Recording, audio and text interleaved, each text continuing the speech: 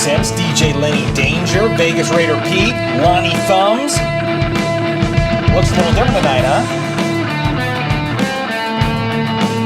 What's it look like, Jeff? Just looks a little different. Why don't y'all say something? I'm trying to Hey, Raider Nation, while we're waiting for this thing to fully boot up here, let us know if we can hear all three of us.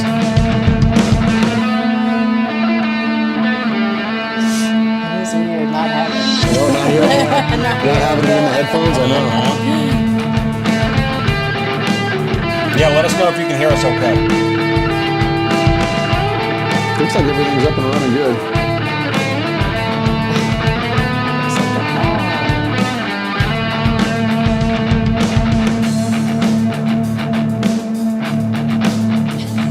Nobody said anything about being able to I hear us know, yet. but I think, all her. Thank you, Ron. Now we can breathe.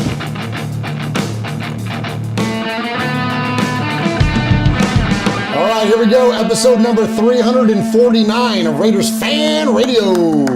Mike Garofalo, NFL Network here in the home office, and you are listening to the Raiders Fan Radio podcast, taking that lighter journey into the dark side with Murf, Swag Jeff, and Michelle. She's got great hair. It's a little pink, it's a little purple, whatever it is. I'll tell you what, if I could grow it, I would sign up for that color today. So listen to her and the entire crew as they give you all the information on the Raiders on the podcast that benefits the One Nation Foundation. It's a great cause. It's a great pod. Tune in, turn it up. Here it comes. All that Raiders info and takes coming at you right now. Jackpot, baby. Raiders Fan Radio. Oakland, LA, Oakland, Vegas, Raider Nation, wherever, forever. You got your old Uncle Mosh and Raiders Fan Radio from Murf's Fan Cave, taking a lighter journey into the dark side. Sit back, put your feet up, pop a top, and enjoy the ride. Here we go! What's left? Well played. Paletnikov. A leaking pass. Touchdown! We miss you, we love you, and we'll see you in the Hall of Fame. Okay, well, let's try that again. Okay, hold on. Let's see if this... Oh, shit. Oh, no. Okay, well, now it says we're live again. Oh. Wait a minute. It says we're live on this thing? Well, it should oh, yeah, be. look. Yeah, we back now? Hey! Is it the same stream? Yeah, it's the same It's the same stream? Okay. Well, I Okay, guess there we we go. can't... Why? Thank you, Brent Musburger. Well, I thank you, Brent Musburger. I don't even know how to start the show. Hi, my name is Murf, and this is Raiders Fan Radio. We appreciate those of you that are joining us live here tonight. As you can see, we are not in the fan cave. We are in Michelle's Spooky Lounge. Give it up for Michelle's Spooky Lounge. We appreciate you, Raider Nation, checking in with us live. All of those of you that are watching us live on the YouTubes, that is at youtube.com/Raiders Fan Radio. And all of those of you that you don't realize that you're looking at us on the... Well, you're not looking at us at all, you're hearing us. But we're coming to you from a new location. We're coming to you from Michelle's Spooky Lounge because we are... Well, not only celebrating spooky season, most importantly, which is, so this is the perfect place. Like, you want to blend spooky season and Raider Nation, like this is the epicenter of that. So a perfect spot to do the show for the month of October, but we have already begun the process of Fan Cave 2.0 officially, and so we will have that coming to you later on in the year. But anyways, in the meantime, thanks so much to all of those of you joining us live on the YouTubes. Thanks to everybody that's on the audio podcast, where you can find us anywhere you can find an audio podcast just by searching for Raiders Fan Radio. And by supporting the show here on the YouTubes and supporting the show on the audio podcast, you are supporting our nonprofit, which is the One Nation Foundation, where we give all the money away to Raiders-related charities. So thank you so very, very much for your support of the show, your support of the foundation. We love you, Raider Nation. And so now, before we get to... the Raiders, as the kids say. Let me go ahead and turn it over to the man that adorns the middle part of the bar. So, you know what? I'm sorry, Michelle. I'm going to do this to you. Go for it. Michelle, when I was a kid, I used to say, my buddies, we would go, "Hey, left ball," and then you would say, Hey, right ball. and then we would both go, "Who's the dick in the middle?" Yeah. Yep, swag. Hey! There we go. So here's your applause, and then you can't hear this, but then here it goes. There it is. It's playing on Profiler. There you go. All right. Welcome to the show, Swag Jeff. Oh my gosh, it's good to be here, man, and because we need it. We need it. We need this, friendship yes. today. Yes, We need it this yes. week, all that stuff, because the game on Sunday was. And we're going to get into that in just a little bit, but yeah, I'm glad to be here. I'm excited and fired up to be here in Michelle's spooky fan cave. It's This is super so cool. cool, Yeah, man. it's It's super great. cool. And we got all of our good friends here in the building. We've got Freddie B's in there, a.k.a. Freddie B's in there. Jordan Ford's in there. Paul's in there. Wyoming Raider. Carlos. Chris Woodson is in there. Raider Lorian. Combo. Are you seeing that Jordan Ford says no show at all? I wonder if they're still doing the show not knowing. What? Is in the I don't chat. All of our good friends here. No, we're going. Oh, weird. Yeah. Is this late? Was that earlier? I don't know. Oh, weird. Let's keep it Okay. rolling. We're good. We got Yeah, sound. yeah. We got. Yeah. How weird. Well, hey, so we don't do the show Sorry. alone. No, it's okay. It's okay. So sit. It's your house. You can derail us all you want. Yeah, you do whatever you do. So standing over here to my left, your right, adorning this side of The left Michelle's of the spooky bar. fan cave, it's Michelle Swag. Hey, I'm so glad that y'all are here and y'all didn't just, give up on the Raiders, give up on the show, because I can understand if somebody might have wanted to take a couple weeks off because damn. Oh my gosh. Yikes, yeah. Yeah. Shit. I kind of felt like going into this, I'm like, thankfully, because I knew we were going to be doing the show from here, which I was excited to do spooky season here from your what are we calling it? The spooky lounge? Yeah. Like, what do we get? We do call it the lounge, so. You call it the lounge? Yeah, that's So what we for those call of you it. that are on the video there, you can see. So this is Michelle's spooky lounge, and it's pretty much like this year round, Michelle. Yeah, Tell you what, talk honestly, about your stuff here. What are we doing? It kind of is like this. All of the anything that's pumpkin or specifically Halloween is only this time of year, because it also then once Christmas hits turns to a winter wonderland. It's like a Hallmark movie, and I even change out the posters and everything gets changed out to Christmas. So and then. A typical time of the year, it's just kind of very gothic, I guess, very Edgar Allan Poe. Any other time of the year besides Halloween and Christmas. Awesome, Yeah. man. Yeah. Well, it's a fantastic spot here. Thank you for having us for sure. Yeah. Yes. And thanks for letting us do the show from here. This is my favorite shot right now. Yeah, I like This is that cool. one. That's a good That's one. my favorite one Yeah, right there. I like it. The wide 3 shot there. So anyways, thanks Raider Nation for joining us. We've got a lot to get to tonight. We are going to play some audio bites. We're going to try. Hopefully this will all work out. We're gonna play some audio bites. We're gonna give your voicemails. We're gonna play your voicemails, and we're gonna read your emails. We're gonna do that coming up. But Swag Jeff, we always start the show by taking our episode number and tie it to something significant within Raider Nation that you forgot about. Yeah, we don't have one. We don't have an episode We number? don't have it, no. So okay, let's think. So 349 See, I was thinking because or 349 yeah, or because 349. Okay. 3 being Daryl LaMonica, 4 being Derek Carr, 9 being Shane Leckler. Oh, there you go. There you go. There There's you go. 349. Well done, pal. You always had to bring in Derek Carr in some way, don't you? No, Oh my gosh. Well, he tore his oblique, so ain't nobody bringing in Derek Carr. Oh yeah, they are. They still will. They will find a way. They'll find a way to bring add in him Derek to Carr? Yeah. Yep. All right, well, hey, we appreciate you, Raider Nation. So let's go ahead and get into the show proper. But before we do that, let's play some contact information. Swag Yes. Jeff. Uncle Mosh, what do you got to say? Woo! Hey, Raider Nation! You got your old Uncle Mosh here with an updated contact info. So sit up, zip up, shut up, and pay attention. You can call us at 909-345-3346, or as Murf would say it, 909-345-3346. How about emailing me? You want to email me? Email me at show@RaidersFanRadio.com. Or what about reaching out to us on some of that social media stuff Swaggy likes? Try Facebook at Raiders Fan Radio Podcast, the Twit at Twitter at Raiders Fan Radio, Insta something, Instagram at Raiders Fan Radio, the tiki-tiki-taki-talk, TikTok at Raiders Fan Radio. Or what about the Twitch?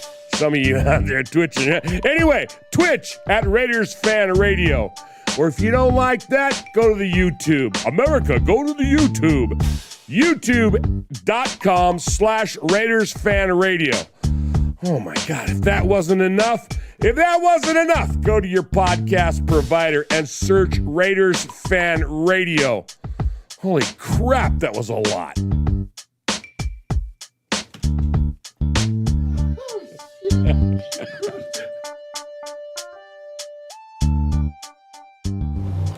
Good. Oh, not bad. Not bad. Had to hit not only did we have to hit the good 3 ways, but we had to hit 3 different buttons here to get to pull that off without this thing feeding back. Not bad. So yeah, anyways, okay, so what do we do at the top of the show? We like to give a little bit of respect. Yes. Yeah, so let's go ahead. Let me see, let me bring that up. We don't do props here at Raiders Fan Radio. We don't do shout-outs. There's nothing wrong with those things, but we're Italian. We like to give a little bit of respect.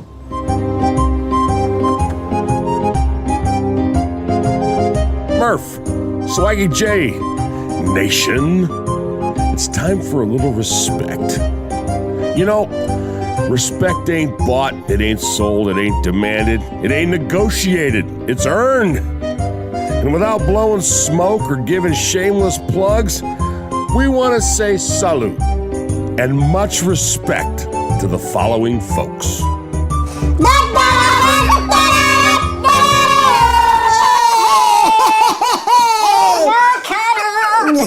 Oh! Irish cannon time! Yeah, let's go! You love an Irish cannon. Okay. That's where you cross the line. But yeah, you know what? I do want to let's go ahead and say, I don't even have anything planned. I'm just going off the top of my head. Yeah.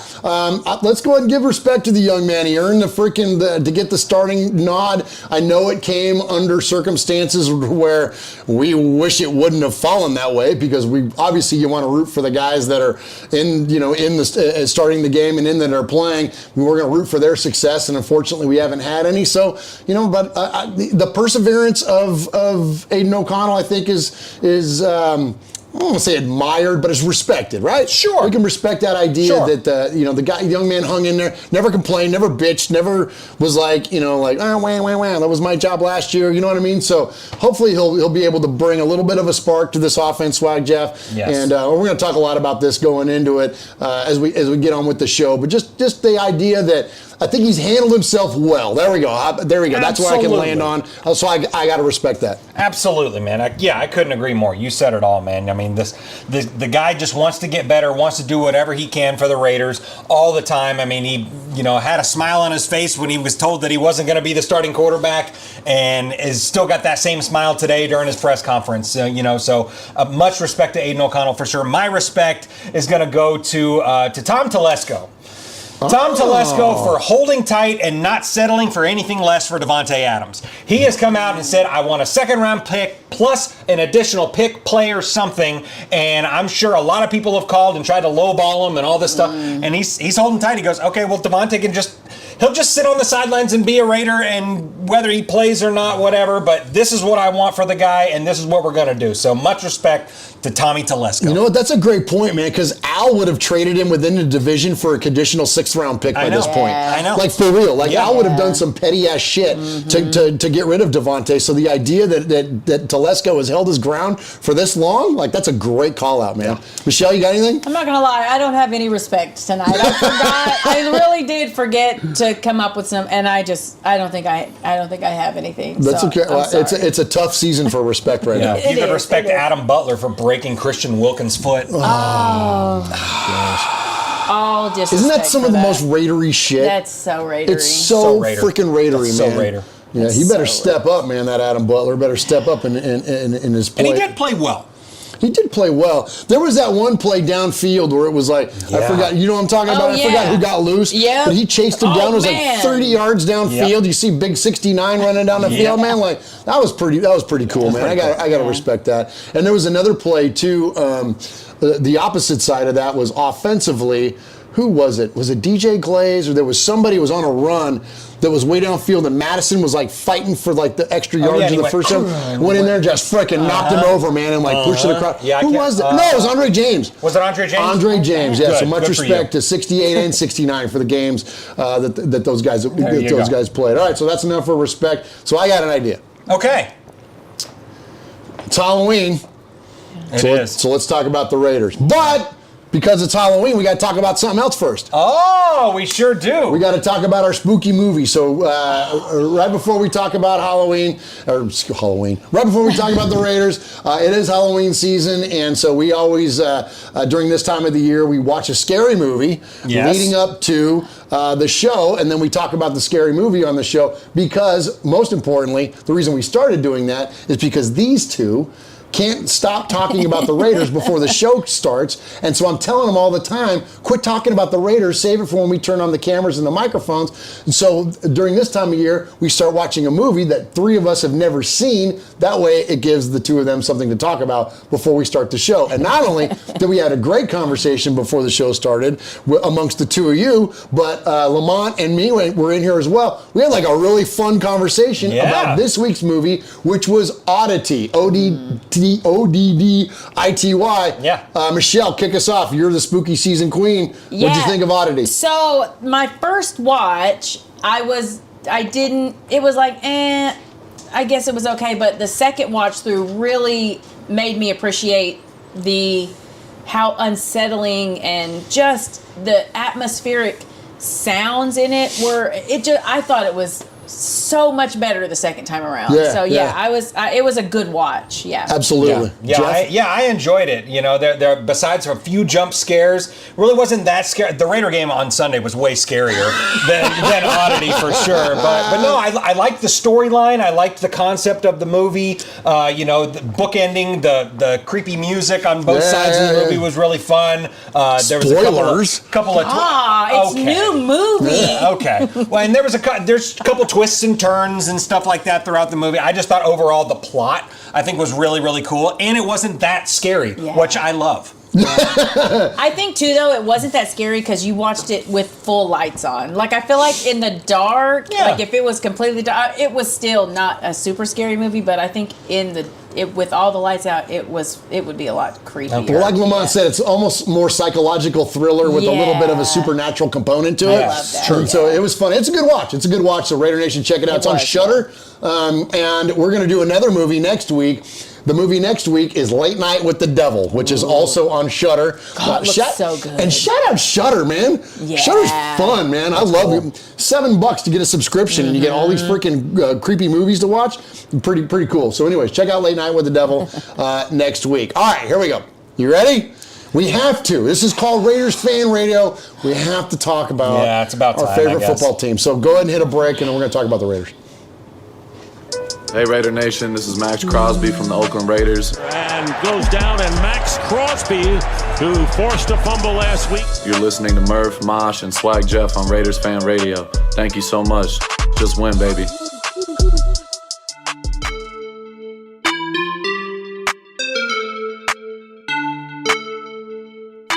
Hi, this is AJ Cole from the Las Vegas Raiders, and you're listening to Murf, Mosh, and Swag Jeff on Raiders Fan Radio. Just win, baby.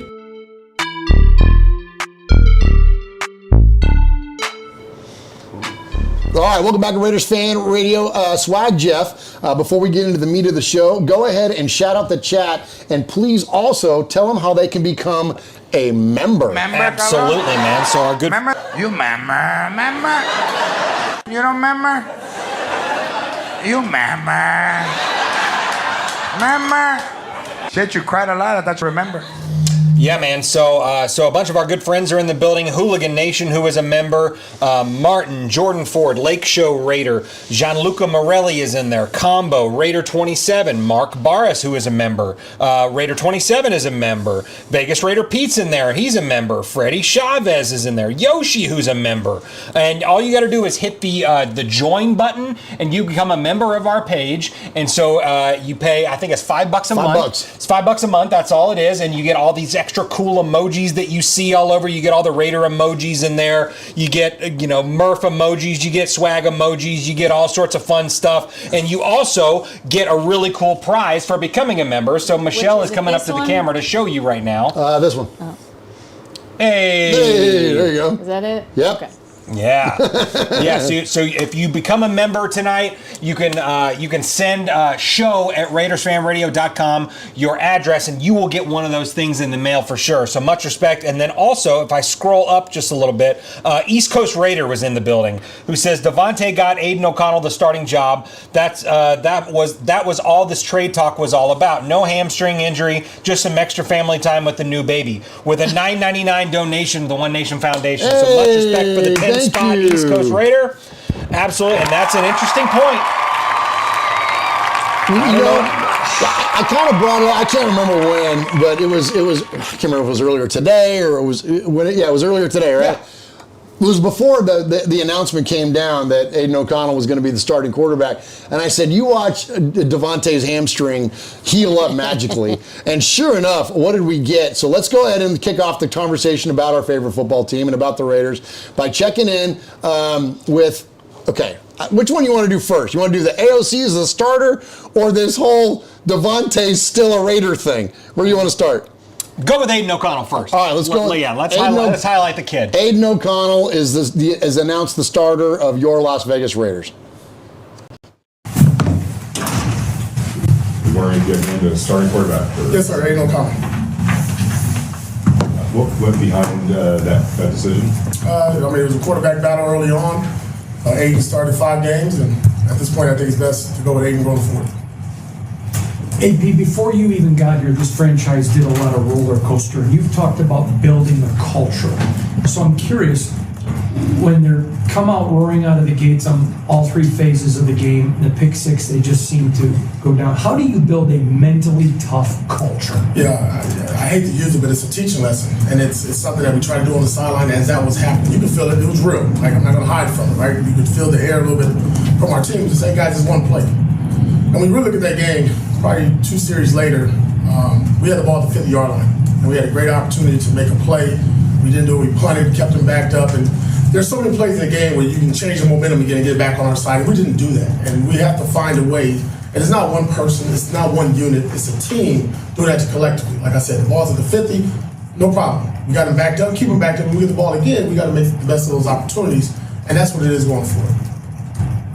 In terms of the quarterback decision, do you envision this being kind of a constant battle throughout the year, or do you plan on making the switch for this first? I don't plan on making switches at any time. Just when it's time to make a switch, we make a switch.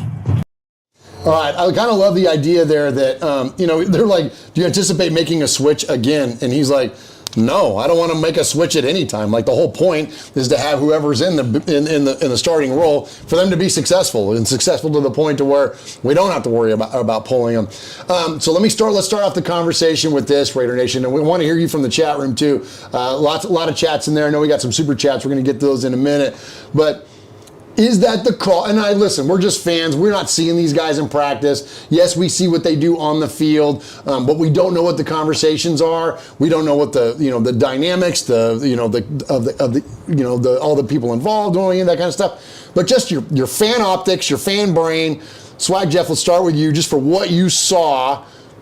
The trajectory of Gardner Minshew to then this decision where Antonio Pierce has made this choice to then switch it and turn it over to Aiden, who frankly didn't play that great at the end of the game in garbage time, had kind of some questionable stats and plays in garbage time, but still, is this Antonio Pierce relying on familiarity with a quarterback that turned in a 5-4 record for him at the end of AP's interim year? Is that him returning to somewhere that he feels a little safer? Or, is this a panic move? Like, what's your initial take on this? And do you think it was the right choice? I think it was the right choice for sure, man. As much as we love Minshew Mania around here, it was clear that, it's very clear that he's uncomfortable in this offense right now. And, because you could see the happy feet that he constantly has. Yeah. I feel like this entire season, even in the moments where he was great, he didn't seem super comfortable. And so I think, and shout out JT the Brick, who had an amazing conversation with you at the Bolitnikov Foundation, where he said, it really was. You kind of got to take the season in quarters. You know what I mean? And so now I think this first quarter has ended. And so now Antonio Pierce is kind of, is assessing everything and going, let's see what quarter 2 could look like. With this guy. So it's very possible that after these next 4 games, we could see Minshew back in there again. But I think at this time, although Aiden didn't look amazing during garbage time during this game and stuff like that, he seemed more comfortable. He seemed a little easier, I think, in the pocket. He wasn't bouncing around as much and, all tight. Because it seemed like Minshew was getting more and more. He tightened up. He went kind of the way Derek does. He started to tighten up. 100%, but Minshew started the game off, I think, really well. Obviously, he was on a roll. He hits Brock Bowers for this amazing touchdown and all this stuff. And the offense drives right back down the field again, kicks a field goal, drives down again, and then he throws a freaking Derek Carr interception. Derek getting strayed, Michelle. Yeah, well, because also that was a Minshew interception because he's also this. I don't know that we're seeing like some sort of there's something about Minshew that was unexpected because we all knew what we were getting into when they got Minshew. Like we've all seen him and every time he has untimely turnovers. He has untimely turnovers, and every time that we've sort of seen him shine, it's when he's come in after someone who was failing miserably. So, not that he was never like a starter, but of the times that we've seen him really shine, he was he was coming in for someone who got benched. You know what I'm saying? So, I wonder if with Aiden, maybe him starting a game and not having to come in, behind and having to try to figure out how to fix everything. Maybe him coming into a game first off, he's going to be a little more comfortable and. I don't know. I don't have a whole lot of hope. That sounds bad. And they have different skill sets. I mean, both these guys have different skill sets, and so there's probably a different game plan ultimately that gets revealed. But I think that, and this is something that I didn't expect out of Minshew, and it's unfortunate, is the idea that when he made a mistake, it was in his head. He couldn't move on from it. And I don't remember all the exact comments from this week, but basically the spirit of his comments and from those of the coaching staff was that like he got the yips after that. It was like once that happened, then it was kind of over for him because he was, you know what I mean? It's like he was afraid. I don't want to say he was like scared, but he was like he didn't want to do that again. Timid. He was timid, man. Like it just didn't. The same guy wasn't there. And listen, that's not a good trait. Like you got to be cold. You got to be, I'm not going to invoke the guy's name, but Kenny's I will. Just forget about the last play. Move on to the next one. And not lose your momentum and your energy and your, all those things. Like, be brave. Like, here's a middle of the road example. Brett Favre. Brett Favre just kept on chucking, and you just keep chucking until you frickin', find the end zone, and that's the reason that guy has so many damn touchdowns. He was the ultimate gunslinger, right? Sure. And Kenny was like that. He was just like, keep on throwing. Kenny threw more interceptions than he did touchdowns, and he's in the Hall of Fame. So Kenny never got in his head. No. Kenny never got in his own head, and I'm not trying to compare Gardner Minshew to Kenny Stabler, but what I am saying is that spirit, if you're a coaching staff and you're looking at this guy going, well, shit, if he makes one mistake, he's crumbled and that's it, he's toast for the game. Right. Give me the kid instead that's got a more even-keeled spirit, Jeff, and that if he makes a mistake, he's the same guy on the next play. Yeah. I think that's probably what's going on. 100%. Max Crosby can't be standing beside Gardner Minshew during the game like he did during the Poking Baltimore his chest game. again. He can't be doing that all the freaking time. So, the guy's got to get out of his own way. He got into his own head, and I think it cost him the job. I think so. No, absolutely. That's absolutely what happened. And you can,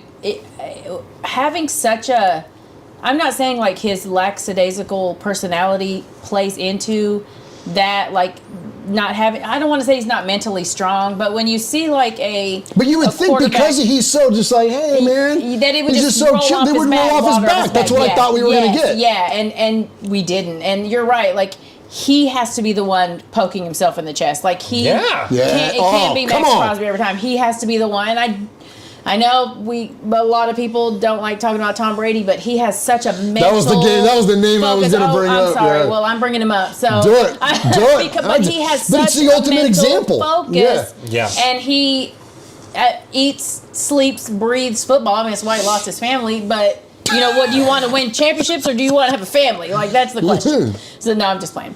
Don't lose your family over football. But anyway, yeah, it's just like disclaimer. But yeah, I don't know. I just think we're kind of seeing who Minshew is, and early, sadly, which is really sad. Lose your family. Lamont's watching right now. How do you feel about that? You can win Super Bowl rings. No, I'm just kidding. Yeah. Oh my God! So before you play that next clip right there, I want to highlight Demokes in the chat who says Aiden the Con Man MVP incoming with a $2 donation to the One Nation Foundation. Thank you very much. Much respect. And then Mark Barras said the clock in AOC's head will be key, which I totally agree with. With a $2 That's donation. a great point. Thank you, Mark. Yeah, thank you, Mark Barras, for sure. But I've noticed that during the preseason, Aiden O'Connell's been doing a little bit more, and you see a little bit in the Broncos game as well. His mobility. Which we thought that's something that can never improve, never get better. It's gotten a little bit better. It's in slow motion. But he's rolling out of the pocket. He's doing some other things. So it's clear that he's at least trying to be better at it. Well, and that's the thing I like about the kid, man, is that he's got spunk. That Aiden O'Connell. You know what I mean? It's quiet spunk, but it's spunk. And so I'm with you, Jeff, and I think that not only his ability to work on those things that it clearly were a weakness for him. It was a weakness in Purdue. It was a weakness coming out into the draft. But then also too, and Mark Barris's point about the timing, that's for guys that do have challenging or they're challenged mobily. Like, I'm not comparing him to these players. Don't hear what I'm not saying. But when you look at Dan Marino, when you look at Tom Brady, when you look at even like Aikman, and like you look at these guys like when they get later in their career, like even like a guy like Steve Young, who was really, really mobile throughout his career. Yeah. But then as he got older, he had to depend on what? Timing. You right? Like films. Peyton. There you go. Get stupid Peyton Manning that's probably the freaking poster boy for somebody like. Get into the playbook, get into the film, get rid of the ball fast. That's what it's going to come down to, Michelle, is that the reason that those older guys and those guys that had that lack of mobility, the reason that they didn't suffer for a lot of sacks was that it was 1-2 balls out. And like that's what Aiden's got to be. So he's going to be highly dependent on our pass catchers to be breaking themselves open quick. We're probably not going to see a bunch of deep balls unless they really start pressing the line of scrimmage and Trey Tucker gets loose or something like that. But one of the strengths of this Raider team right now, especially if that one guy comes back, is going to be route running. Yeah. And that's quick releases, bang, bang, get open, Aiden delivers, then all of a sudden he's not suffering a lot of sacks. If he doesn't, this Pittsburgh defense, because let's get into that a little bit, this weekend, Michelle, it's going to be so important that he is quick with his decision making, because if he's got time to think back there, it's too long, and TJ Watt and the rest of the Pittsburgh defense is going to freaking wreck him. Yeah, I mean, the thing about, you don't necessarily need a bunch of long balls when you have like Brock Bowers. Like you don't have to have that. And I think the thing that Aiden does have is he does have a mental, like a cognitive ability to see. He does seem to have an eye that can see people. Now, obviously, I mean, we've seen him. He's made some bad throws, but that they all do. That's not like something you cannot do. And he just got to get those tree trunks moving. That's the thing, you know, like because it does look like he's moving a lot better, but he's still moving so slow, bless his heart, but it does look like he's been working on it. And Vegas Raider Pete in the chat says Aiden lost weight. He looks like he's in better shape, which I totally agree with. That's a good call out. It's a good call out. Yeah. Demokes in the chat says, we all know why Minshew started over Aiden O'Connell, because of the money. If the vet is neck to neck with the rookie in preseason, it tells you that the vet is not good, and he'd rather eat boogers.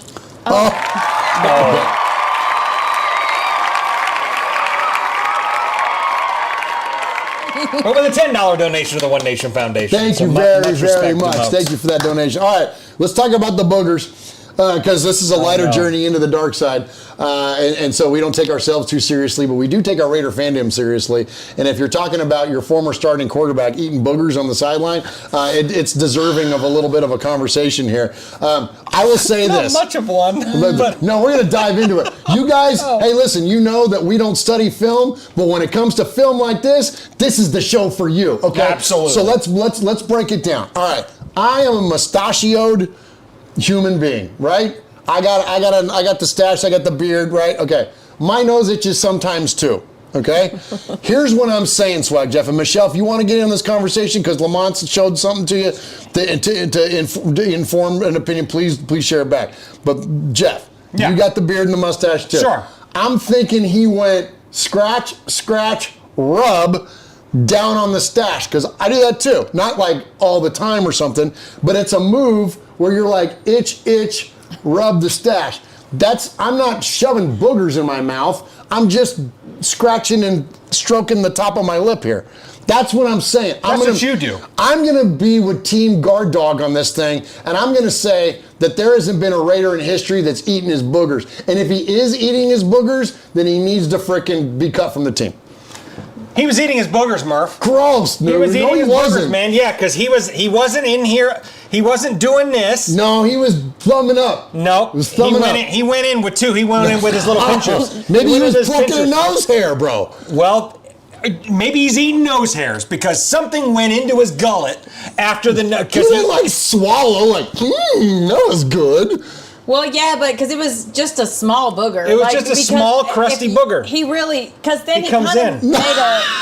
No, he did. He did. How many times did you watch How many times did you watch it? Because I watched it a couple times. He didn't watch the video enough. Well, I'm not a film guy. No, I'm not a film guy, but I pay a lot of attention to what happens on the sidelines. All right, talk about it, Michelle. He did.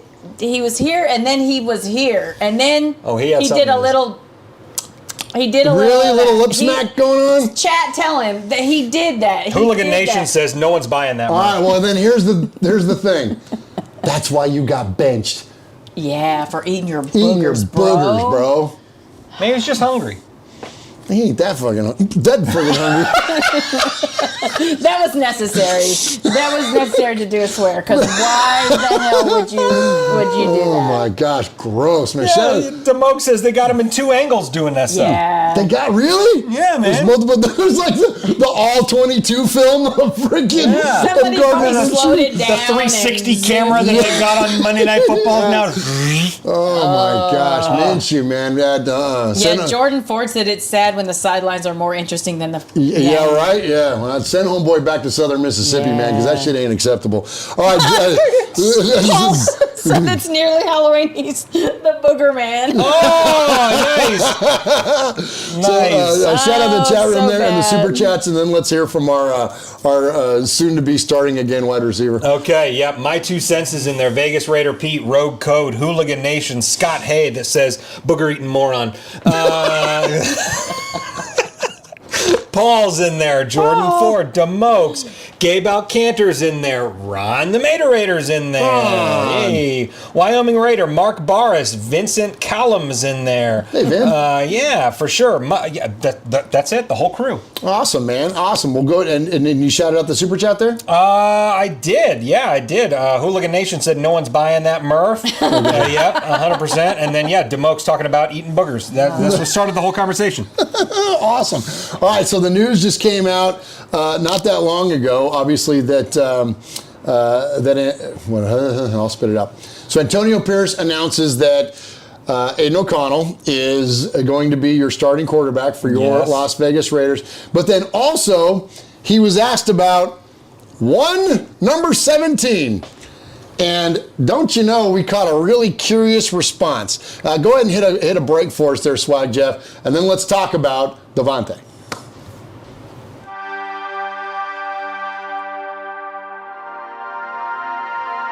Las Vegas, a city without a pro football team, in a world gone mad.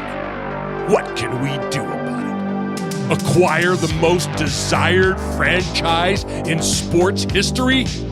Sin City, Lost Wages, home of the Elvis weddings and 24-hour debauchery.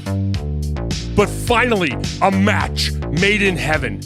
The Oakland Raiders have landed in the desert with the Death Star as their home. And to celebrate beyond your imagination has come 3 individuals hosting the most irreverent show while paying homage to the storied history of this franchise. Raiders Fan Radio with Murf, Swaggy J, and Michelle, taking a lighter side journey into the dark side.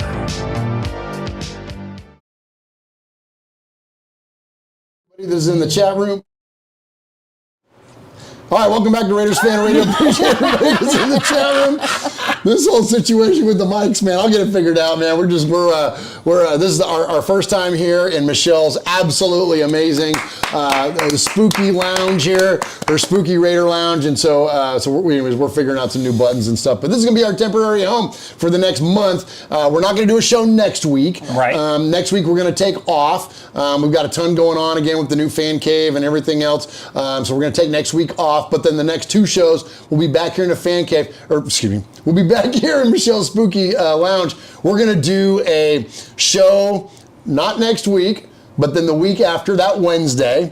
Then we're gonna do a show a quick one on the 26th. So come check us out on the 26th, because Michelle and Lamont are going to have their absolutely famous Halloween party that they have every year. So we will be here all together for the Halloween party. So since we got the cameras and everything set up, we're gonna turn everything on, and we're gonna do a quick little show on Saturday the 26th. Then we will be back on Wednesday the 30th, which is bookending the Chiefs game. So that could be interesting, because we're going to be doing a show the night before the Chiefs game, and then we're going to be doing a show 3 days after the Chiefs game. So you might notice a different mood amongst us between those 2 shows. But anyway, it might be the same. Or the mood might be the same.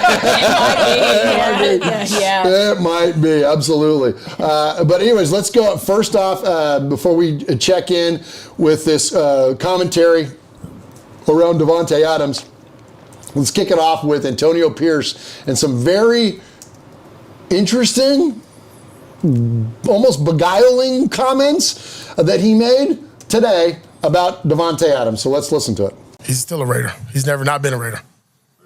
Yeah, actually playing a game for the Raiders. He's still a Raider. If when he's healthy and he can play, we'll play him. He's just not healthy right now. And he's getting closer, though. That's the good part. He's working every day to get that hamstrings right. He's in the right headspace mentally. Like I said, we talked recently and had a good conversation. He's ready to play football. Has he been rehabbing here at the facility, Antonio? Yes. Seen him here?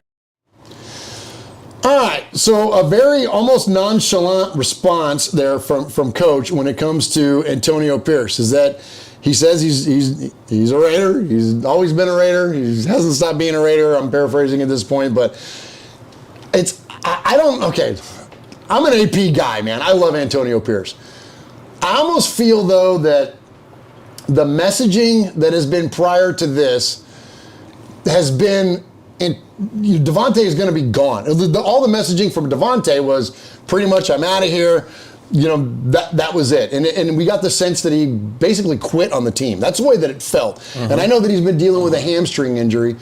But without the amount of transparency from the coaching staff and Antonio Pierce, how are we supposed to take that as fans? And I'm not saying that they have to just answer us as fans and they got to freaking, like we're deserving of anything. But if you're going to do press conferences and then you're going to have this be your message post the fact, then why wouldn't your messaging be that during the fact? So I feel like it's almost disingenuous to a sort. And I'm not trying to be overly critical of Antonio Pierce, because I still like the guy, and despite the flailing performances that have happened so far this season, I still root for this guy. But I feel like if that was the case, then why didn't you just say that?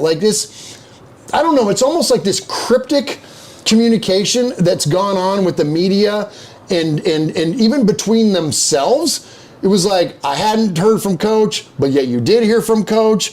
I didn't request a trade, except you did request a trade. And then after that's when he posts the like about the trade. And then now all of a sudden Antonio Pierce is like, nah, we're all good. He's always been a Raider. Like, as soon as he gets healthy, he's been back in the building, and we can't wait to get him back out there. And the curious timing happening on the announcement of Aiden O'Connell now be the starting quarterback. So I'm like, what the hell are we like? It almost seemed like his hand was forced. I want Aiden O'Connell or I'm out. Or trade me or whatever. But he was saying like, I'm out no matter what, anyways. Yeah, and then now they make a quarterback change, and now but he's back in. You're back in for Aiden O'Connell. It's not like Tom Brady came running back in the building or something. Like, this is the guy that you're like all of a sudden back on for, or is it because you're recognizing that your value is low because you're almost 32 years old and the team can't even get a second-round pick for your ass? I don't care how good you are. And he's still one of the top receivers in the NFL. This isn't me talking shit about Devonte Adams, but I am talking shit about his value. And sometimes when you buy into yourself and you think that you're worth all this, and you like that, the pride comes before the fall. Maybe you aren't worth all that, Devonte. Maybe on these conversations that you and your agent have been having with the Baltimore Ravens, the Jets, the Saints, the Steelers, all these people are telling you like they're not going to rework your contract for $30 million. So guess what? They're not going to make a move for you like you want them to. And now he tucks his tail between his legs and goes, okay, I don't mind being a Raider. Like, you know what I'm saying? Like, and so shame on both these guys. Number one, Antonio Pierce for not being a little bit more transparent on what the hell is going on, and Devonte for freaking punking the team and then not pretending like, nah, I'm good. I'm not hamstrings. All ready to go. Yep, 100%. Yeah, well, the dumpster fire that is the New York Jets right now, I mean, he doesn't want to go there now. Last week he probably would have gone there, but now they fired Saleh and all that stuff, and then Derek Carr, does what he does and gets himself hurt and all that stuff, hurts his oblique. So his two best buddies are in shit situations just like the Raiders are, frankly. And so, so I think he kind of came back, like you said, with his tail tucked between his legs maybe, and had a conversation with Antonio Pierce and said, okay, well, let's try to figure out how can we make this work? But to your point about Antonio Pierce, Antonio Pierce is not communicating very well this season at all in any kind of way. Even back starting with his whole comments about business decisions and all that stuff. Shit like that probably should have never been said in the first place. Oh, agree. So he's letting too much out that shouldn't be let out, but then he's keeping in things that he probably should let us know about. Yeah, but I think he's still so new at what a head coach is supposed to say, and I'm not like making excuses for him, but I feel like to us it feels like all of that happened over a span of time, but it probably happened so quickly for them. Devonte Adams was saying, I never said that, I never blah blah blah, and then the next thing you know, there's all this trade talk. My question is, if Devonte is back as a Raider, how does the team trust him to not get in his feelings again and this will not end with Devonte Adams a Raider unless, like you said, I do think maybe there wasn't as much interest as he thought he was good. Everybody was going to be clamoring for him. Right. Yeah, honestly, if they were, he would be gone already. They would have gotten what they wanted. So, but now I feel like you can't put the genie back in the bottle. You did this. You threw your hissy fit. You went on the Kay Adams show. You made your little cryptic messages or whatever. How does the team trust you to not do that again and again and again? I don't know how you go back to just being like, hey, we're good, we're just playing. That was a little joke. I'm back. Hey guys. I don't know how you do that. Yeah, I'm with you. Like, what kind of message does that send to your teammates, man? Like, how do they trust you after that? I don't know if they can, and does his talent override the need for that? I don't know, man. And in the end of the day, winning cures all. Yeah. So if they start winning football games with Devonte Adams, like, this is going to go away. If we beat the Steelers and then, God forbid, we beat the Chiefs, like, guess what? All this shit are non-stories. All this goes away. All the feeling that we had coming out of that Denver game, the sad sackery, all that kind of stuff, all of that goes away if they put together back-to-back wins against not only our arch rival in the division, but an arch rival going back to freaking history when in the Pittsburgh Steelers. And so it's going to be very interesting the way that this thing plays out. But I'm with you. I don't know if you could put the toothpaste back in the tube, man. And it's like, certainly as a fan, like, he turned his back on Raider Nation. And like at the end of the day, shout out Max Crosby. At the end of the day, no matter how I feel about how Devonte, whatever he conducts himself or whatever, that's a whole nother story. But like, I'm passionate about this fandom, and like that was a slight against fans and his team and everything. And that shit, like, you can't just forget that stuff, Jeff. No, 100%. Well, especially just after, I think it was such a unique situation because it's one thing to hear a player request a trade out of the blue and all that stuff, but this wasn't out of the blue because we've been talking for months and months and years and years. Yes, frankly, it seems that, no, I don't want to be traded. I don't want to be traded. I'm a Raider. If I didn't want to be here, I wouldn't be here. I'd be long gone, all this stuff. And then the pow gets smacked in the mouth with, yeah, I want out. And so now coming back, I'm with you. I don't know how anyone is going to be able to trust him. And I think the fans, so say he comes back in his first game back in a Raider uniform, the fans are going to give him 50 kinds of hell. And I hope that they do. I hope they boo his ass when he comes out and all that stuff. And then we can, then go ball out and have a big game. And then we can kind of sort of kiss and make up and we can start building that trust back up. But coming out of the gate, if he does come back, but then I still have a feeling that he's going to be traded. So it's like it's so many mixed signals coming from everybody, from Devonte, from Antonio Pierce, from the team, from the media. Frankly, no one knows what's happening. Is really what it boils down. And that's the part that gets frustrating. And Michelle, I wish that again, you can't go back and you can't put the toothpaste back in the tube, but like, I think that what you were talking about earlier about the way Antonio Pierce has kind of handled himself with the media, he's handling himself like a player. Yeah. He's not handling himself like a coach. And so I think that if a coach would have taken this scenario and not said anything, the report would have been, hey, Devontae's got a hamstring injury and he's going to be out for indefinite amount of time. We're going to try to get him back. He's here at the facility. He's rehabbing. But as of right now, Devonte Adams is not going to be playing. That's it. So you got to say. And then guess what? We're not freaking out as fans. Media's not in a frenzy. Like, none of that stuff happened. Then it's like, then the conversation's behind doors. Am I going to stay? Am I going to go? Am I going to be traded? Am I not? What's my value? What is it not? Is it contract? Is it not? All that shit all happens behind closed doors. And that's the way a coach would have handled it, Michelle. But that's not the way AP handled it. Yeah, a lot of times as fans we're like, say more, give us more information, tell us more. And honestly, I wish that we had gotten as much information as he gave. And I think you're exactly right. And at some point, and maybe this was the point where he had to come to the realization, or someone told him, like, you have to stop.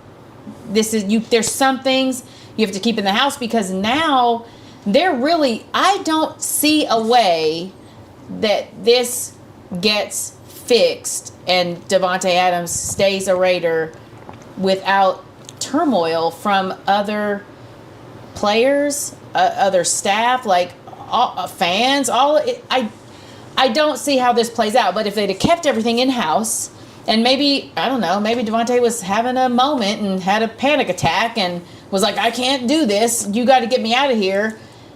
If they would have just tampered that down and said, let's talk about it, let's see what, but it snowballed, and then once the media got a hold of it, there's no stopping that. So I don't know how this can be fixed. I don't know. That's a good point. I love that idea that, like, because it snowballed, and it didn't have to. And so what does that do is that if like you said, these guys are humans, man. Devonte, he may be a little bit more of a diva than we expected or whatever, but maybe he did. Maybe he just had a crisis of like, hey man, I'm coming to the end of my career and I'm starting to freak out because I don't want to finish it with Gardner Minshew. Like, okay, fine. If that's understandable. But yeah, and then maybe he freaking gets over that and he was like, you know what, I had a minute. We all have moments. We all have like periods of freaking out and all that kind of stuff. But it's you keep that behind closed doors, then it doesn't become a thing. And when it becomes a thing, and here's where, ultimately this is where I land on it, Jeff, is that when things like this happen,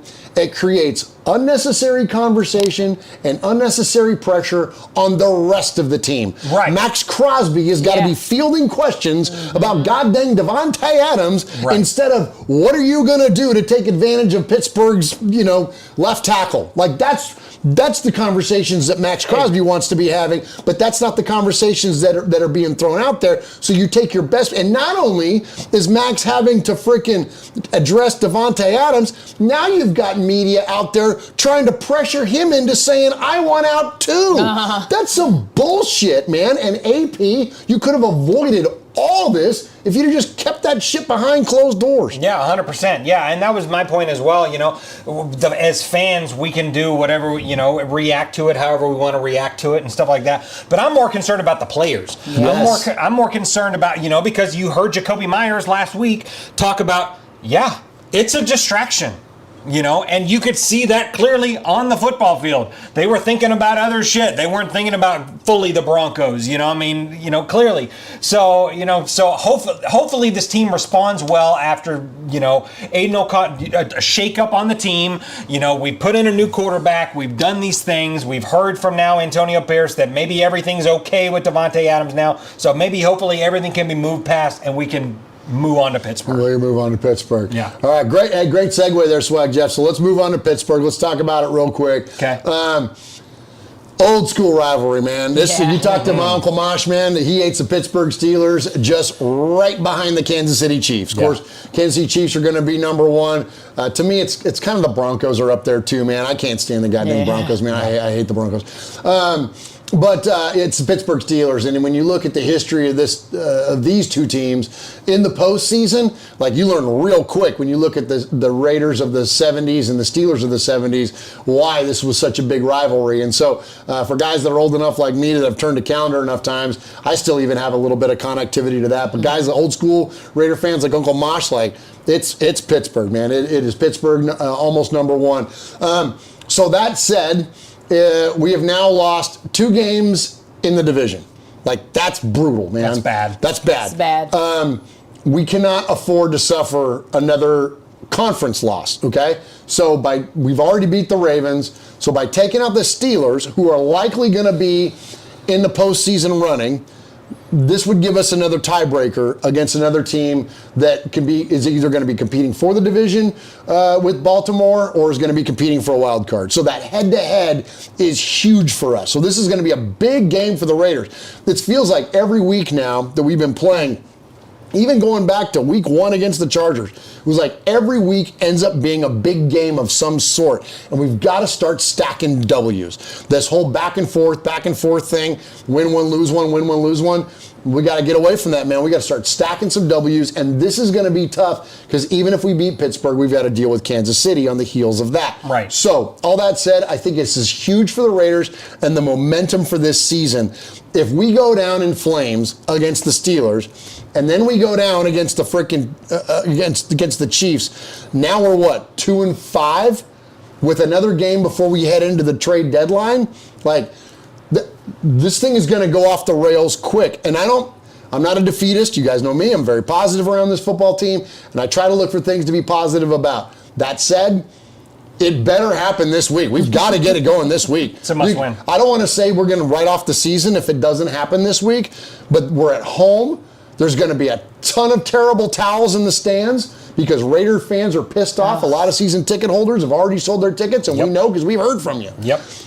They've sold out their tickets. There's going to be probably going to be a 50-50 crowd at best. God forbid it be a heavier Steelers crowd than it is Raiders crowd. And it very well could be. This is going to be crucial for the Raiders. You want to turn this thing around, this is going to be the time to do it. So, obviously the Steeler defense, they're beasts. We know Justin Fields is going to be starting the game. Russ is going to be on the bench again. And they've got momentum with Justin Fields. So Swag Jeff, let's talk about the importance of not only the entirety of this and what it means to the Raiders for this season, but are there any like matchups, any players, anything that you want to see break out? Obviously, it's not Aiden O'Connell, right? That are gonna, that could lead to a positive outcome here when we take on the Steelers. Yeah, absolutely. I'm looking at the linebackers to contain Justin Fields.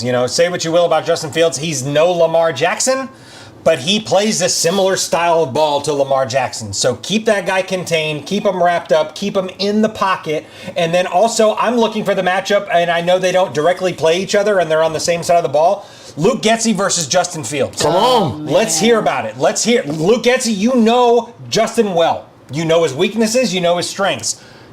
Holler at friggin' Patrick Graham and go, hey man, do this. He's not good at this. So I'm looking for that. I'm looking to exploit Justin Fields in any way possible. Well, that was almost like because going in when we hired Luke Getsy, it was like, was he the problem or was Justin Fields the problem?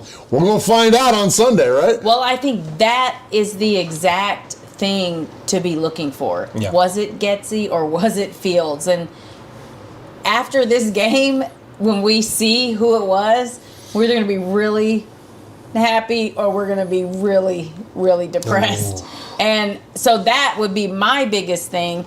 I've shouted out Jack Jones every friggin' game. I haven't seen a whole lot from him. Well, they're not going his way a ton, though, either. Yeah, that's true. So maybe that means he's doing his job. So he's that almost is a getting good the thing. Namdi treatment, Yeah, where it's like, true. oh shit, he's good. That's true. Don't worry about him. So let's pick on Ja'Cory Bennett. True. You know what I mean? Yeah, you're right. Yeah. But I would love to see Madison, I would love to see just a lot of just run it down their throat. Just because I know Aiden, it'll take a little pressure off of him. Yeah. Because he's got to be thinking, okay, shit, this is my first, I'm about to, well, has he started the game? He has not started the game. Not started the game yet this year, yeah. This is sort of his time, too. Yeah. So, I don't know. And look for Trey Tucker. Aiden O'Connell and Trey Tucker, they kind of built a little something last year. Yeah, you're right. They had some chemistry going in at the end of the season last year. So look for a bomb to Trey.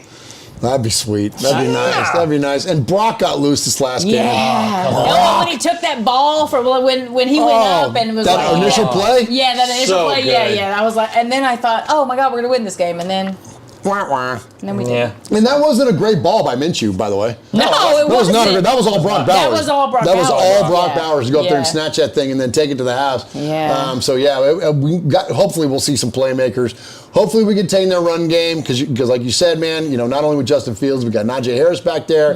But they're not a high-powered offense. There's been a lot of criticism this week about George Pickens and his route running, and I had that guy on our underdog fantasy this week. It was terrible, man. Their offense is not that potent. So and we got a great defense, obviously. So we'll be able to keep them in check, hopefully. We thought that about the Broncos and the freaking Carolina Panthers too, but you saw what happened there.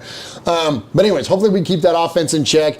Hopefully we can do some damage against that defense, which is very, very good. And isn't it funny how it's like some teams, it doesn't matter what year, what era, what decade, they're known for certain things. And the Pittsburgh Steelers are known for their defense, and always have a good defense. And it's and then you start to watch them through the course of the year, and it's obviously we know who TJ Watt is or whatever, but it's who's that guy? I don't know who that guy is. That's a new guy, and then you find out they draft him in the 4th round, and he's the best linebacker in the NFL, and you're like, right. How the shit did they do that? Yeah, well, they've only had 3 coaches. Well, there you go. They're going to be known for that because all 3 of those guys are known for that, and it's not a carousel at the coaching position. So isn't that bananas, dude? It's unbelievable. I think if I have coach envy around any team, it's them. If you could say okay, you could pick any coach in the league, and this is not a shot at AP, man. I'm not taking a shot at AP, but I am saying that regardless of recent coaching history, and I'm including John Gruden and everybody else in that. Gotcha. If you were to say, okay, pick a coach in the league out of the 32 teams that you can make the Raiders head coach, I'd pick Mike Tomlin. Yeah. Sure. And 10 times on Sunday, I'd pick Mike freaking Tomlin because he's got a really unique talent. And this is what, going back to what you were saying, Michelle, about how AP is communicating like a player still. Mike Tomlin has the ears of the players, but knows how to communicate to media and the rest of the world. You know what I mean? In a way. And he's very concise. He's very to the point. He's very like, what's the word I'm looking for? Like, there's no fluff. Yeah. Like, it's very matter of fact. He's very matter of fact about everything, and he's got rings to back it up. So, you know what I'm saying? Like, I don't know. I've just always, I know it's all about the Raiders, and I'm not trying to sit here and freaking like blow up another team's coach. But like, I'm telling you, man, I got a lot of respect for. I got a lot of respect for Mike Tomlin. He's been doing it long enough to know what needs to be said, what needs to be held back. Like, I mean, he just is a seasoned coach. And that's AP needs to look to him and see what needs to be shared and what doesn't need to be shared. Absolutely, yeah, 100%. Yeah. So we want to shout out some people in the chat room. Yep, shout out the people in the chat. Demokes with a $5 donation says Tay seen the dysfunction in New York and Carr's injury and was like, yeah, maybe it's not so bad here. So much respect to you. And then Demokes with another $5 donation said it's gonna take Max putting his arm around Tay and telling him he's got to earn his stripes and the team's trust back from the ground up. Yep, 100%. Couldn't agree more. Let's see. Vegas Raider Pete says, as Madden would say, winning is a great deodorant. Beat the Squealers with a $5 donation. Thank you, Pete. Much respect. So Sacktown Raider, Freddie Chavez, Rambo Adventures, Jordan Ford, Paul, Yoshi, Vegas Raider Pete, Erica S is in there. Hey, Erica. Hey, Erica. Space Beast, Paul, Lyncho, Sacktown Raider, Gabe Alcantar, Rogue Code in there. So much respect to everyone that's in the building. But Murph, we've been talking about the Raiders for a while. Wow, that's like the most we've ever talked about the Raiders. It's really, really good, and man. we're in the spooky lounge. I know, and we're talking about the Raiders. I know, man. So let's let them do that a little bit. Yeah, more of you and less of us is a good thing. You said it, not me. So here, let's head to the Sea of Fans mailbag. You said it, not me. He is fading, looking. He's under the gun. He's tied. He throws. It is. He caught it.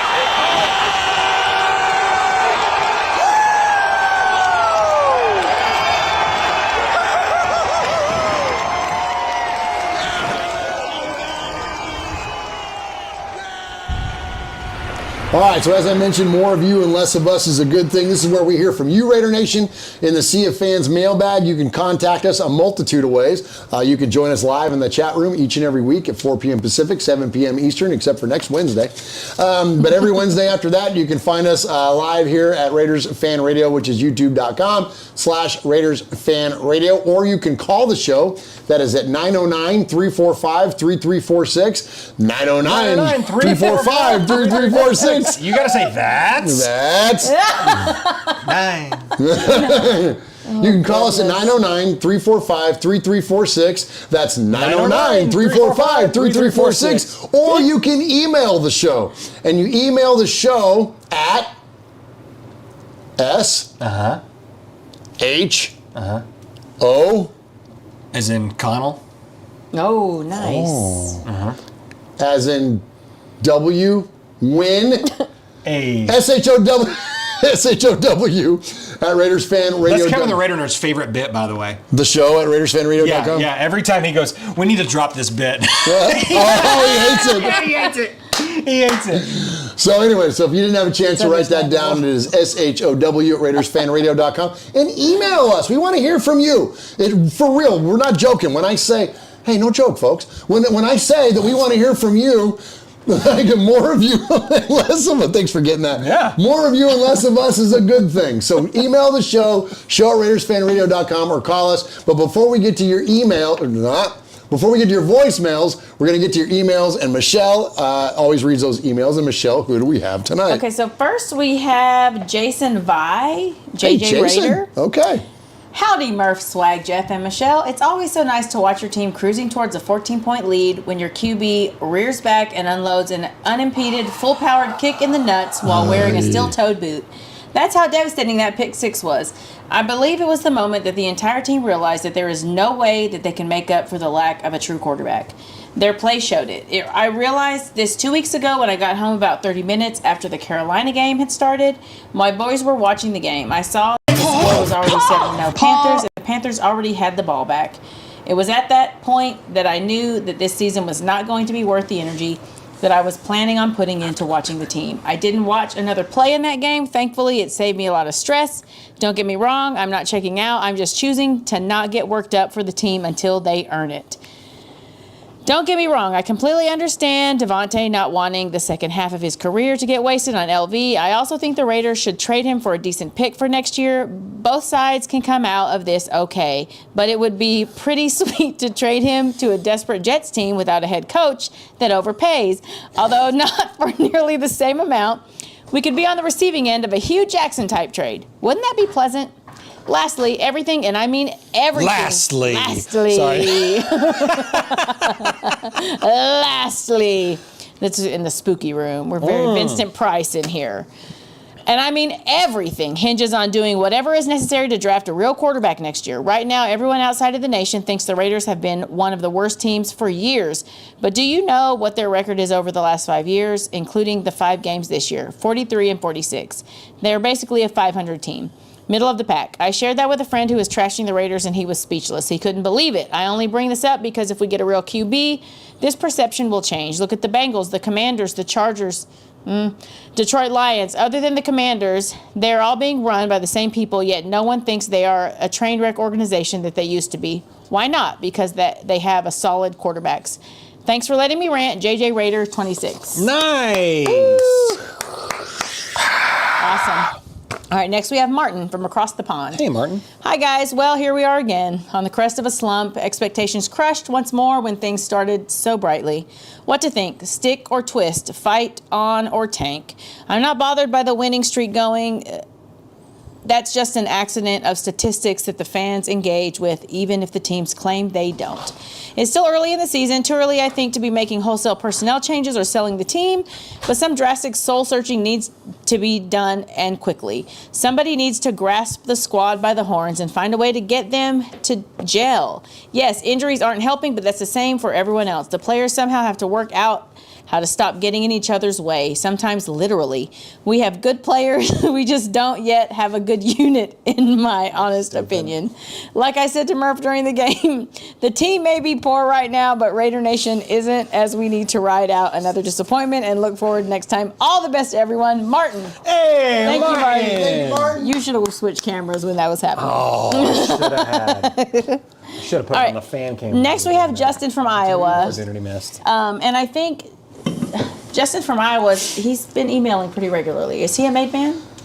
Or No, but, Okay. but you know what though? Let's earmark that because I don't have the made stuff that's here. right, yeah. But let's put. Because I feel like I've had a lot of emails from him. It's an indefinite amount of emails to become made. So Okay, if you're calling it, then let's do it. Okay, well let me read Let me it. see if I got the made. Let me see if I can find. Yeah, it better be good. It better be good, Justin from Iowa.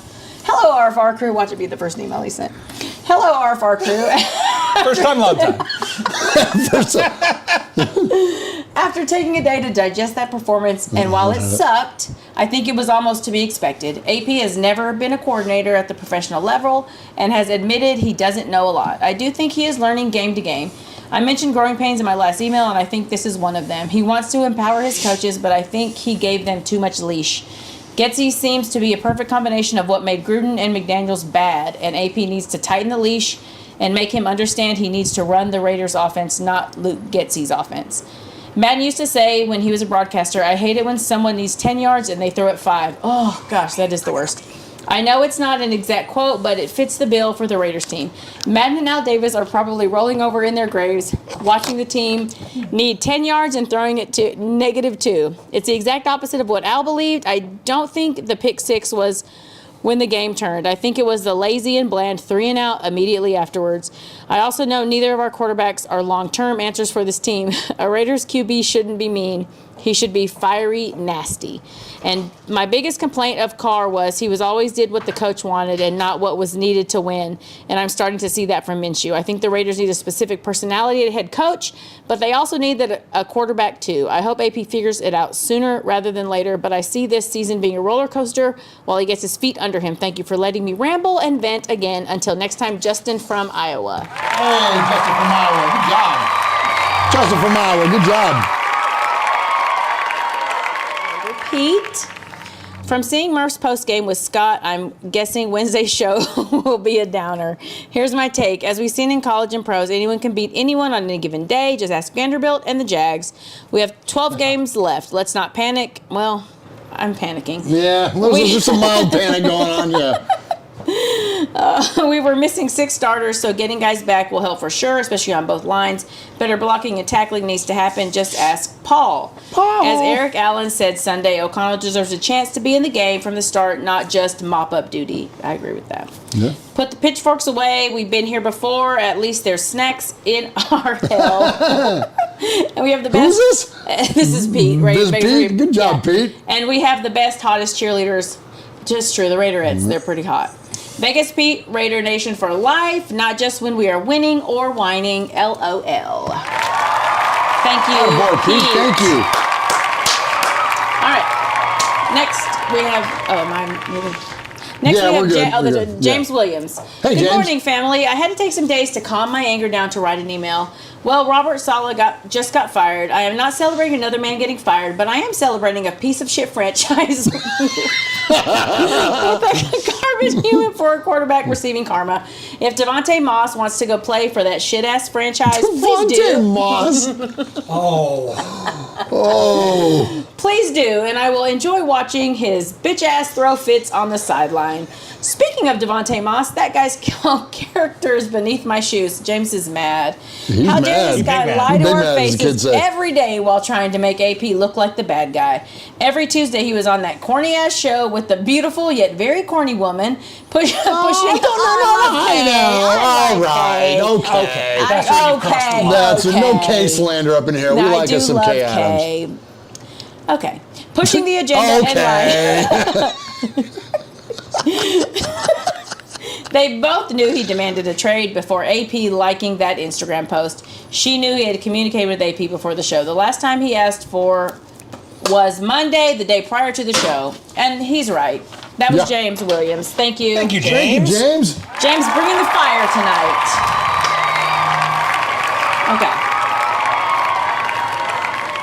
Okay. Next is Hooligan. Hey, Hooligan. Murf, Swaggo, Michelle, help me understand. Why, oh why, can't we just win, baby? We've been here year after year after year after year after year after year after year. I feel like Bill Murray in Groundhog Day. I'll give you a football prediction. It's going to be bad, it's going to be sad, and it's going to last you for the rest of your life. Phil Connors, allegedly. Then I hear for the axe again. Tons of fans saying fire Getsy and fire AP. Are people bleeping nuts? One of the most common themes in organization that's winning at what they do is consistency and leadership. Time to learn together and grow together. It takes time for leadership to gain cohesiveness, to get on the same page. We can't keep turning over coaching staffs and head office and expect a winning culture together.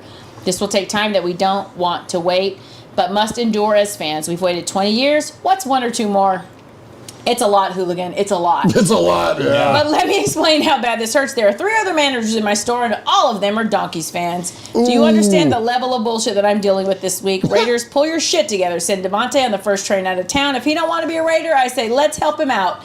Then let's get ready for Schittsburg. For the love of everything, holy shit, just win, baby. Hooligan out. Hooligan also bringing the fire. Awesome. Always Hooligan. Okay. And huge supporter of the One Nation Foundation and us here at Raiders Fan Radio. Yes. Thank you, Hooligan. We got one more before Paul, and it is Stacy Rough Raider.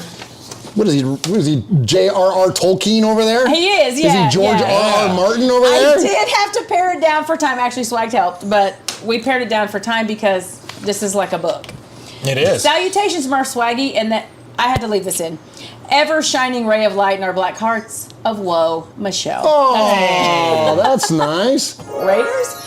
First, respect to Swag Jeff. Seriously, not just a great summer of swag, which you guys crush it every year. Very proud to be a part of that.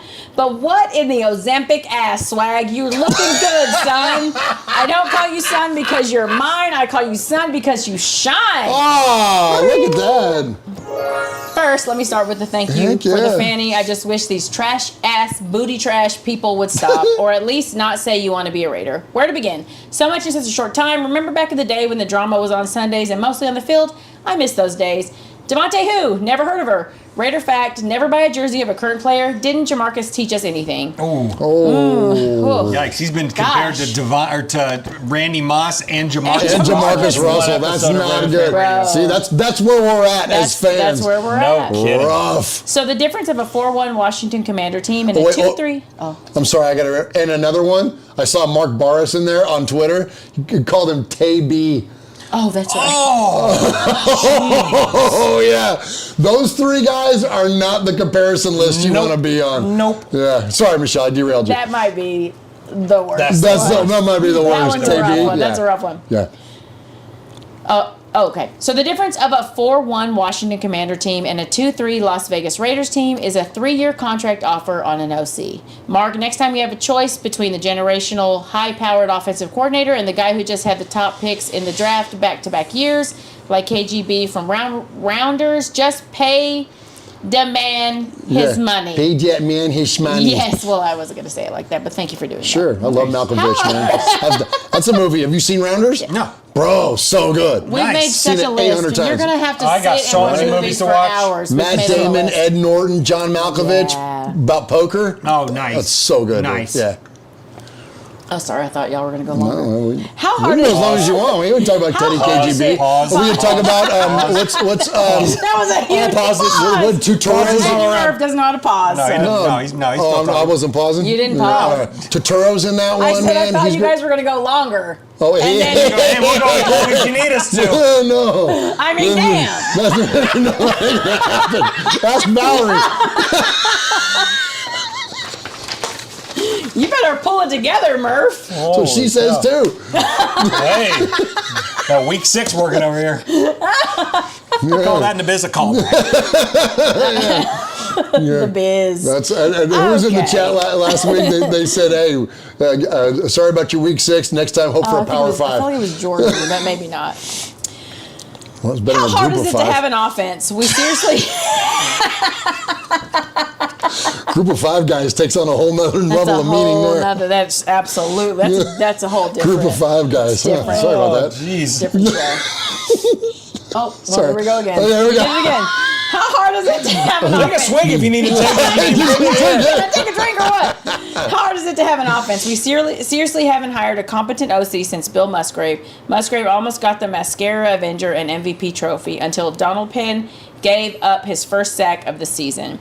As I successfully managed to not drive my car off the road and get to work after that abysmal shit show this Sunday, I heard Murph's buddy JT the Brick, excellent interview by the way, say he hasn't seen a team make such a turn for the worse in one play. I don't know JT, we are still kicking the dog about a curtain fumble that wasn't called correctly in New England. 20 years and still in that funk. And AP, you are the most Raidery Raider since JDR, and even he lost the locker room and his job, and he punched Elway in his donkey face and hopped in his car and drove to Oakland and applied for the job after losing to the Legion of Boom in the Super Bowl. That is pretty Raider-ass shit right there. Mark just doesn't have it in him. AP, you have to go into the closet and bust out Al's projector and fire Getsy. You have Joe Philbin as an O-line consultant. Keep the whole playbook this time and let him call the correct play. Seriously, do it now. You can't go back to college, so make this work. He could go back to college. And to all this so-called anyone can. Anyone and to can. all Sure. I did. I went back. I wasn't even fired from the football team and I went back. Yeah. And to all us so-called Raiders fans, suck it up. It is never over until Heidi is on. Even then, it's never over. Maybe when the Germans bomb Pearl Harbor, I watch these watch parties and have a serious concern for the few YouTubers out there.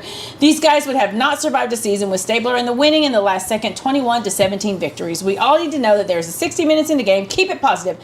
Until next week, we can still go 3-1 over these second 4 weeks. Stacey Ruff Raider, proud main man. Still not sure how many Sizzlers asked Paul, but I am finally a very proud Fanny Award winner. They like me. They really, really like me. Raiders!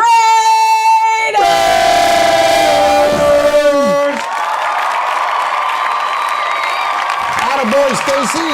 Stacy. Good job, pal. And you finally get that All right, swig. we got Pod. There Finally you got go, that got a swig. Stacy, call next time. Okay. He should start calling. Yeah, I guess. That's when wow. you're like texting somebody and then you get You're like, you get to a "Oh, point you're man. like, forget it. Just Let me remember just I'm call gonna call you. Yeah. No, that was a great email. Thank That was you, good. Stacey. Thank you, Stacey. Now we have Paul. Paul. Evening, everybody. Before Hello. I get to my email this week, Tuesday, October 8th, was the 13th anniversary of Al Davis's passing. Yes. R.I.P., sir, and thank you as always. I wish you were still around because even though you'd be 95 now, you wouldn't be letting the current rabble off the hook. Where do I start with Sunday? This shit is getting exhausting. We all started the season saying things felt different in a good way, and we looked forward to making strides and challenges for a playoff spot. Clearly, that was misguided because it's the same old sorry mess, and this lot have a snowball's chance in hell of postseason football. There isn't one person to blame, sadly, because that would be an easier fix, but a lot of smaller issues that have created a bigger problem. There's no excuse for what happened after the pick six. The lack of leadership and discipline was a scandal. Everybody fell apart completely, and it was a joke. We seem to be finding new ways to make ourselves look bad every week, and I never thought we'd see a lack of pride and effort from an AP team, but we've seen a couple already this season. I can hear people saying I'm overreacting and we're 2-3, so there's plenty of time yet. Normally I'd agree with you, but look at the manner of our defeats. That doesn't make me feel that we're going to see a quick fix to any of this anytime soon. The main reason, of course, is the fact that we've got our piss-poor QB room. They'll both do their best, of course, but neither of them is a winner, and neither of them is good enough to lead an NFL team. Minshew's confidence is now totally shot anyway, and O'Connell is not a long-term answer, no matter how much we kid ourselves. Add to all this that the injury list is growing faster than the nursery wing at Phillip Rivers' house. Oh, jeez. Oh, man. Yep. For real, though, man. No. We talk about that tonight. The injuries. The injuries killing us. are... Oh, brutal. Yeah. Brutal. Yeah, it's bad. AP is starting to look like a rabbit in headlights, and TJ Watt is coming to town on Sunday. I really don't know where the season is heading next, but it's going to be a tough watch. Something might need to be done before the end of the season. Will Tom Telesco be creative? Why not try to trade a trade package including Devonte Adams to Detroit for Hendon Hooker, for example, or something similar to get our QB now? Because I'm not sure the current staff is going to see this out if we keep being made to look stupid. Perhaps Russell Wilson wasn't such a bad idea after all. So that's me screaming, shouting, and venting for another week. It's off my chest now, and I can look forward to Sunday and the Pittsburgh Squealers. If you want to hear me really angry, and I mean torn shirt and going green type of shit, then keep mentioning Gruden coming back to Vegas. I'll save that for another day.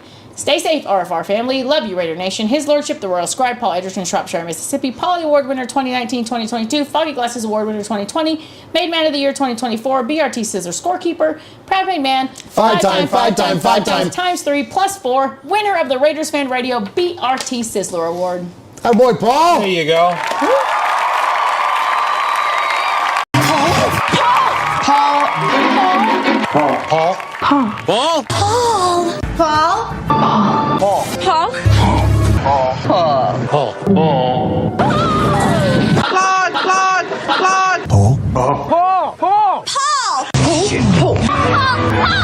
Paul, your name Paul?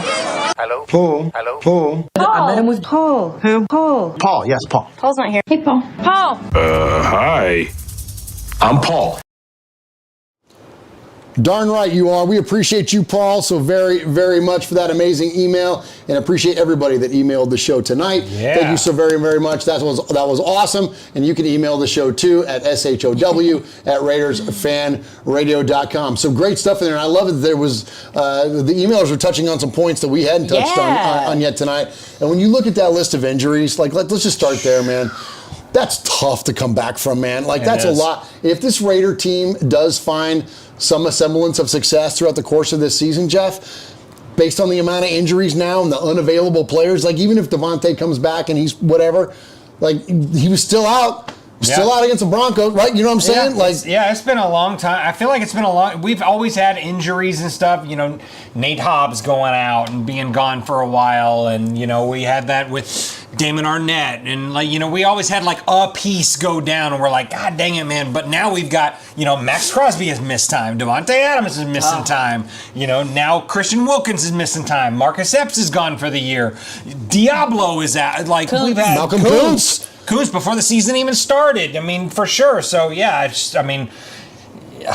It's tough. It's tough. It's I mean, tough. you know, it's really tough to play with the second string guys. Absolutely. Absolutely, though. So great points there on the emails again as well. All right, next up, we're going to get to your phone calls. So if you want to call the show, you can call us at 909-345-3346. Shout out all the people on the Twitters, or the X, as the kids say, that are jumping in now and joining us as we're checking in on your calls. So again, call us, leave us a message. We love to play them for you. We're not going to be here next week, but the week after, we are going to get to the rest of your calls. And let's hope to hear some good calls. I want to have a show next week that's so flooded with calls in celebration about the idea that we just beat the shit out of the Pittsburgh Steelers and had our like most defining win of the season. Like Come we on, dude. hung freaking like 42 on the Steelers. Bro. Like let's have that kind of energy coming into next week. After taking a little bit of a break. So anyways, appreciate all of those of you that call the show. First off, let me say this. If you've got young ears in the car, if you're on the audio version of the podcast, earmuffs. These have not been, I haven't listened to one of these,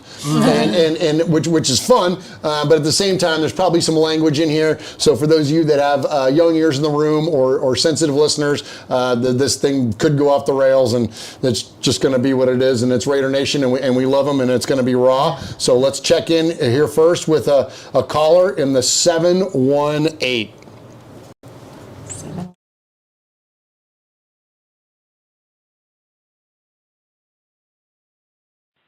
What's up, guys? I just had a quick take.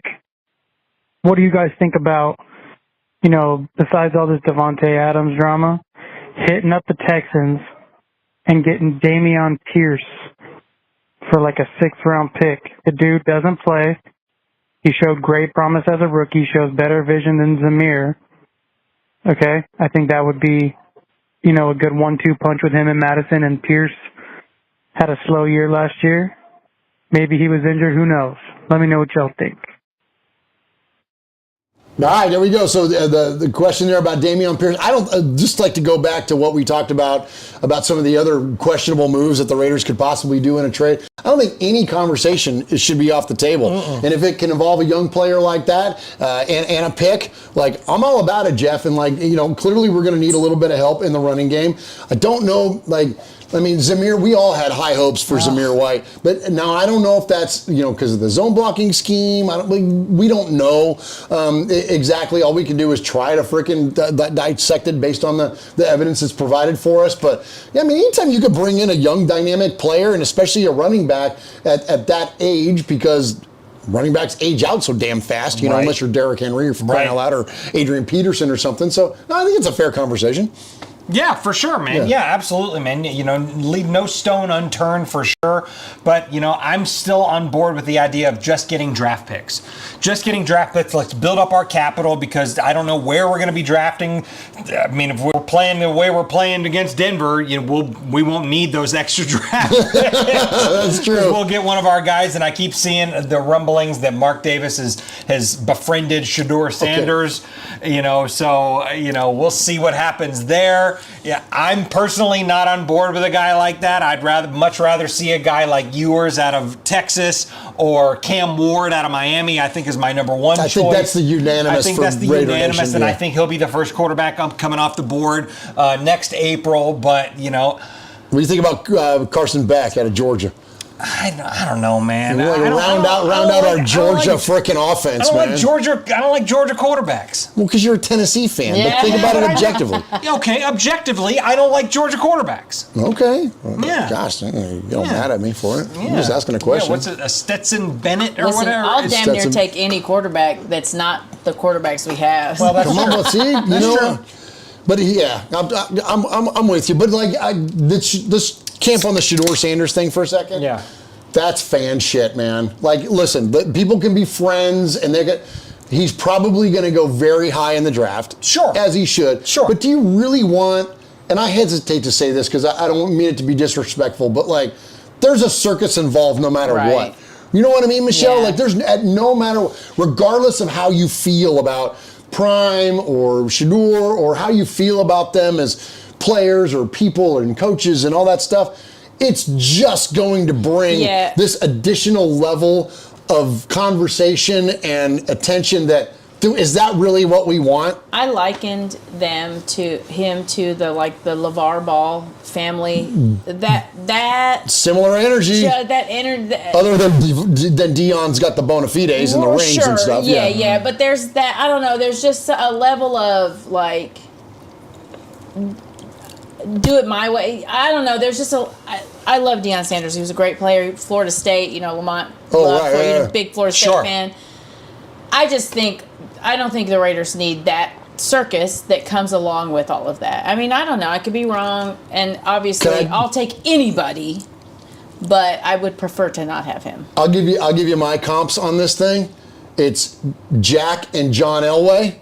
And it's Archie and Eli Manning. Yes. That's what this feels like to me. No, it's the like, Eli Manning thing's spot on. Here's what we're gonna do, and if you don't do what we want you to do, then we're gonna force you to make a decision to do what we want to do. And it's like, is that what you want in the Raiders room? And I know John Elway went on to win Super Bowls, and I know that he was great. But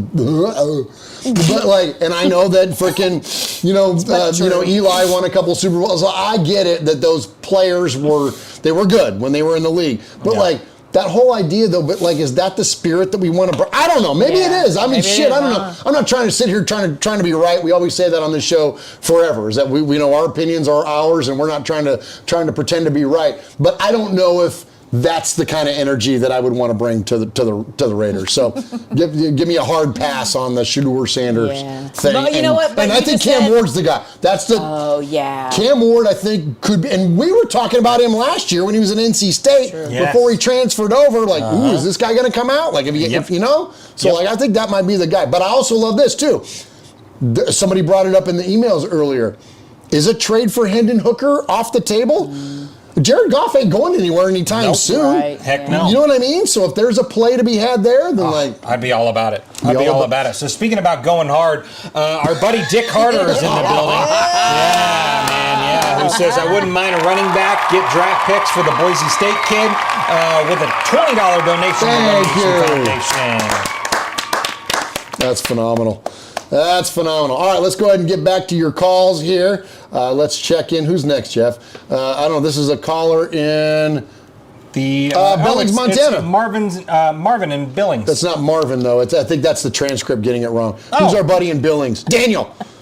Is it? Where the hell He's probably saying, hey, Murf or something. I don't know. We'll find out real quick. Hey, Marvin. Hey, Murf. Daniel Freeman, Billings, Montana. Well, we're up 10-3. Had a chance to go 17-3, but our quarterback Minshew missed an open pass to Bowers, overthrew him, and went right into Surtain's hands for a pick six. And ever since that, we were never able to get back in the game. Denver just had their foot on the gas and never got off. And then we ran out of gas in the second half. I liked how we run the ball in the first half. It's unfortunate we weren't able to do it in the second half. But Minshew is just too inconsistent. When he holds on the ball, he ends up missing on his passes. So I think it's time to go to AOC. I'll be at the Raiders Steeler game. Hopefully they put AOC. He's more efficient and accurate with the receivers. And he steps in the pocket more, plants his feet. So hopefully we go to AOC, Murph. It's time for AOC and develop him, see what we got. All right, go Raiders.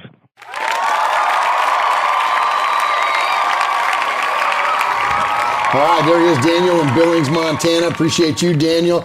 And so you got what you wished for. You're going to get a lot of Aiden O'Connell here coming up, and we're going to find out. And, and I don't disagree with that sentiment. We don't know what his ceiling is yet. I mean, we kind of know what Minshew's is, so we might as well find out what the young man's got up next, man. So we'll certainly find out going up against Pittsburgh this week. All right, next up, we've got... caller in the 703. Oh, this might be Josh. This is Josh in the 703. Josh because I see all the swears right here. Okay, all right. So there you go. So if you've got young listeners in the car, earmuffs. Here we go. Josh in the 703. What up, fam? Well, last week, we had to calm myself down before I called in. This time, fuck that. I was going to say this. I'm so happy Bowers got his first touchdown. That was a great play. And it's sad because soon after that play, everything else kind of just went to fuck shit. Defense. They're out in the field too long. And you could just tell the first half, they're coming out, they're doing their thing. But when your fucking defense when your fucking offense keeps putting you back out there and not fucking in the situation, I mean, you only ask so much from the defense, and that seems what's been happening all year. Our defense will come out on fire, and they'll fucking put people down and just hold them, except for that Panthers game. We won't talk about that game. But then the offense won't their job. And then eventually the defense is tired as hell. Great to see Max back. He was out there getting it. Can we get an interception? How the fuck did Bo Nix not throw an interception against us? Unless I missed it. I'm not going to lie. Maybe I missed the last part of the game. Is it like 7 minutes after they scored that final touchdown, we played O'Connell and he threw a pick? I was right over with. But honestly, I'm sorry. Like I said last time, I say it again. Gardner Minshew, he's a great backup. I don't want to see that fucker start. I'm sorry. He's too fucking inconsistent, man. And say what you want. People are like, well, Aiden O'Connell's a second-year guy. I'd rather see him maybe develop. Not saying they can't develop him, but I'd still rather see him than Gardner. I don't know what Aiden O'Connell can be. He still has some room to grow. We know what Gardner Minshew is. That's it. Sit him down, put Aiden O'Connell out there, and roll with it for the rest of the year. Two things, because I think they need to do two things. I ain't got a lot of time left on this. Couple things they need to do. One, Getsy, pack your fucking bag. Get the fuck out. Antonio Pierce got to send a message. We need him to take control of this team. Do that, you send a message to the coaches and to the players. Fire Luke Getsy. And I like this player, and I hate that I'm about to say this, but tell Adam Butler he's cut from the team. Someone like, well, no. You celebrate a sack jumping on your own guy and he gets injured for it, that's undisciplined. There's better ways to do that shit. You send a message to the coaches, you send a message to the locker room. You don't do your fucking job, fuck it. Sorry, Murf. I know you probably had to hit that button a lot, but that shit pissed me the fuck off. Gonna run out of time. Love y'all. Man, fuck Terrible Town.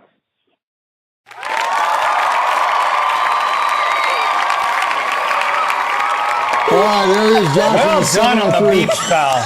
I'm trying. The chat is roasting your ass. Paul said, this is like a jazz track. Murf is just a little behind the beat. Jordan Ford says these beeps are coming in on like TV beeps, asshole, but they just beep the hole, so you hear ass beep, ass beep. I don't have the Twitch skills I once did, man. This is like me playing Call of Duty and coming out of a spawn. I'm like, blah, dead. I'm like, what the hell, man? I haven't even moved yet.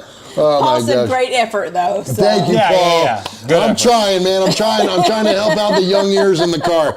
My wife did 6 facepalm emojis.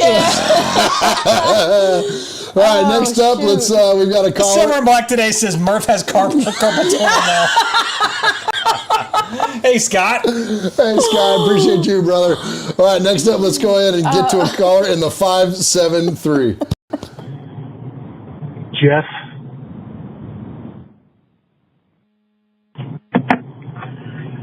I don't know why I said Jeff, but this is Jay from St. Louis. I said Jeff because I was looking at my friend Jeff. Sorry. Yeah, so tacos and pizza segment, number 1, T's and P's, if you will. Start with the T's. One of the best tacos you could ever have is carne asada tacos out of a crock pot. Cook them with onions and lime, and oh my God, it's fucking delicious. Oh man. And for the P's, pizza. I'm from St. Louis, so I can tell you, Emo's Pizza is the most overrated shit ever. It is crackers with ketchup for sauce. That is my thoughts, and those are more valuable than anything that the fucking did on Sunday. Yeah, so let's just kick off T's and P's because this season's fucked. But what do I know? Anyway, guys, you guys have a good show. This season fucked. Hopefully it's over before we know it.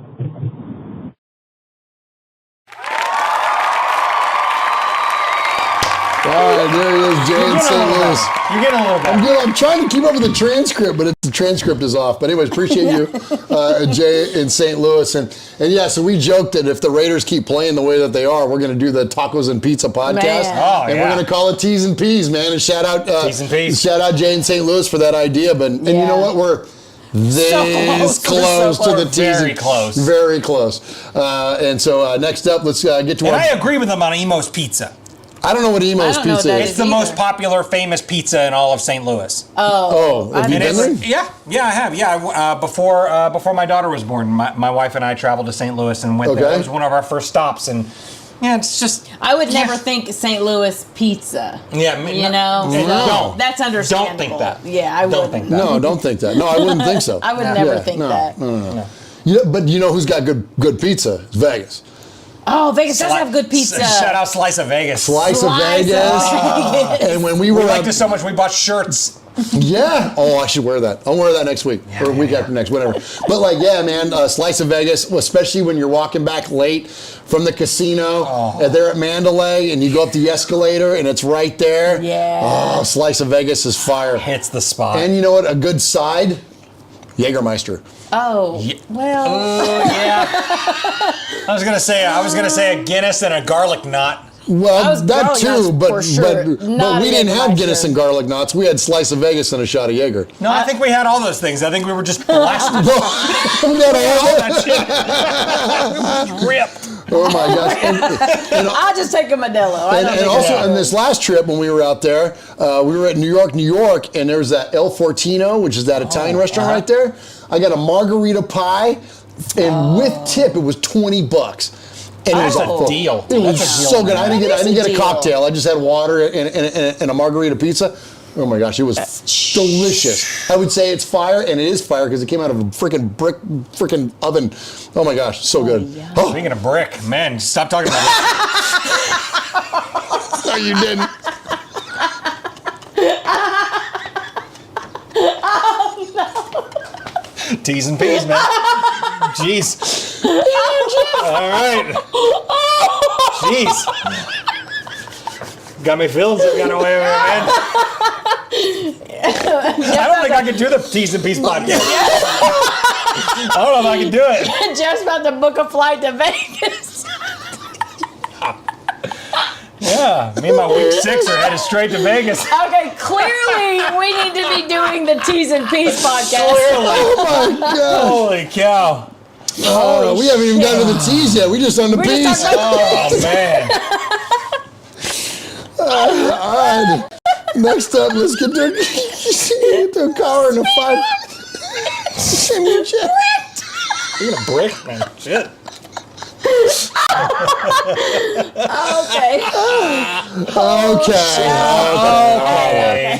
All right, let's get to this car in the 559. I'm sure this is probably Jacob in Fresno. Okay. Jeff, Murf, Michelle, or should I say, Swaggo and the lovely Michelle Swag, you know, how I usually do, but maybe not so much this week, guys. We are down, pretty down bad. And for the newbies out there, this is Jacob from Fresno. The usually much more chipper Jacob from Fresno. Fresno is crying. There are Cholo tears everywhere. Everybody is just down bad, guys. Devonte is on his way out. I'm calling Monday, so this is before he got traded to the Jets for a 7th rounder and a bag of chips. Man, it's just not looking good for us. The things that we thought would go well, like my whole prediction of if we had a ceiling of 9 wins, all those things going well, you know, it's not going well. And I honestly, we might not even make the 7 wins where I said we got that 3-game window. It's just apparent that the quarterback situation is too bad. And what I want to say, man, think about this. Devonte, it's clear that he wanted out from the beginning because it's not like we just all of a sudden beat the Ravens or we all of a sudden beat the Browns and he's happy on the sideline and then midweek he's like, oh yeah, I want out. That's not what happened. That did not happen. That is not even close to what happened. He's just been pulling our heartstrings, man. The guy wants out. Now, without getting into all that, let's just say we offer the Commanders Devonte Adams and 2 first-round picks. You can't tell me they're not giving us that first-round pick, man. You can't tell me. That was going to happen. That was set in stone. It just didn't work out. We didn't know it was going to happen. AP was clueless because Hay left us all in the dark, man. It was just this part of this great scheme he had. I don't even want to talk about him anymore. I'm done. That's the last I'm going to talk about. That guy. Anyway, man, there's just not too much to look up about for this game. But that guy was incredible. That guy, he's the future. He is the future. And Max Crosby, and can we get a little that guy is good. But apart from that, I mean, Jack Jones, come on, man. You look like you don't look good. You just do not look good. Jacorian Bennett, it's crazy. I heard an insider in the offseason say he's probably the Raiders' best corner. I thought that was a weak, like, just a dumb take. It's looking like that's the case, guys. But we're down bad. It's not going to be, even if we win this week, I mean, we'll be at 500, but we're not going to be happy. We already saw what this team has done. It's scary. I'm about to lose you guys. You take it easy. Go Raiders. Oh, he made it under the wire. I had the freaking. There's applause.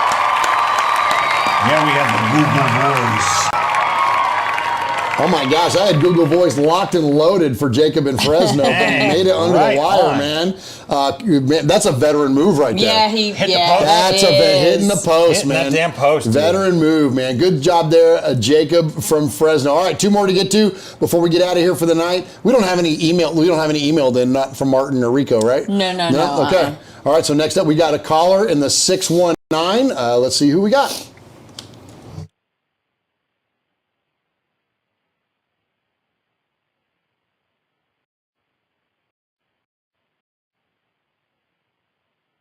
All right, we got no caller in the 619. Apparently that call didn't come through. Oh, no. All right, yeah, there's nothing there. All right, next up, we got one last call. Then we're going to go to the 704.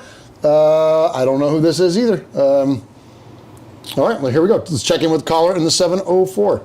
Hey, how's it going? Capitan Rafucho, Ralph in the building. What's up, Raider Nation?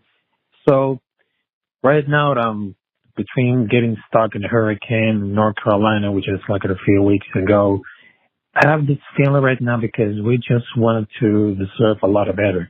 Even though that I'm supporting the Raider Nation for like few years, just like 2 or 3, because I'm still learning a new thing. And I know that as a rookie content creator, that I had to learn a lot more of this organization. I feel like very brave to get involved with this Raider Nation because it feels like this is my family right now. This is the whole nation. This is like the most incredible fan base in the entire world. And I love to represent all the Latin American culture to the Raider Nation. And I have a great feeling that after that I just found out that Aiden O'Connor is going to be the starter, I was just like, wow, that should be like really interesting. So I really hope the defense could be building another team better. So I really hope it's going to be like a great, exciting news. So it's going to be like not that very simple, but if we had a great plan, so we should have done like this before. So all of these things are going to be really thin better.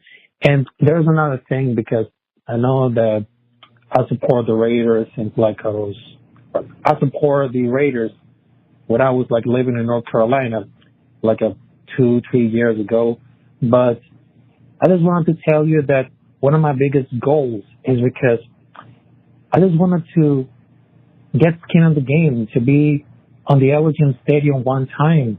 And I would love to get it at the game before I die, because that would be one of my biggest goals. So I just wanted to tell you, salute to Raiders Fan Radio, Murf, Strike Jeff, everything about it. So, and also Michelle, much love and respect for Capitan Rafucho. So I just wanted to talk about it. So thank you. Have a great night. And no matter what happens, win or lose, with a nation till I die. And just like I'll ever say, just win, baby. God bless you. Thank you.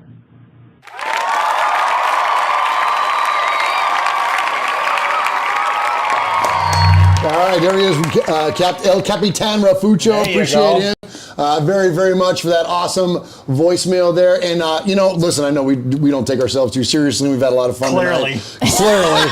And had a lot of joking around. But, yeah, man, everybody that's in, in North Florida, and then obviously all the other states that were affected by Helene. Yeah, and then with Hurricane Milton come in, man, we are thinking about you all. We love you all. And, we have good friends that are in Tampa. Our buddy Mojo lives down there, and him and his wife Libby and their family, and they're boogieing up to North Carolina. They're getting out of town. And so, and that thing's going to hit at like 1 a.m. this morning or something like that.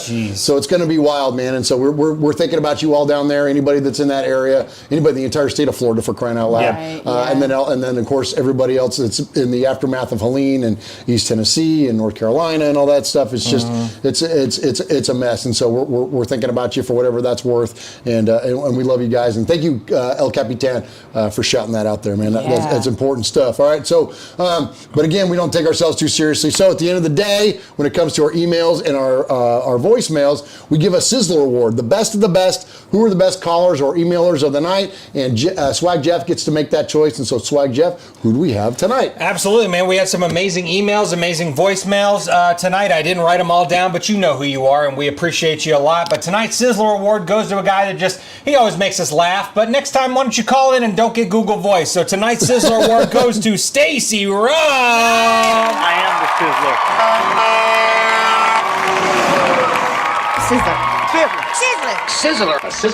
Sizzler. Sizzler. We are Metallica, and we are here for your Oakland Raiders! You know why we out here, and we ain't playing around today. From The Walking Dead to errant Jedi Knights, Raiders fans are a rogues gallery.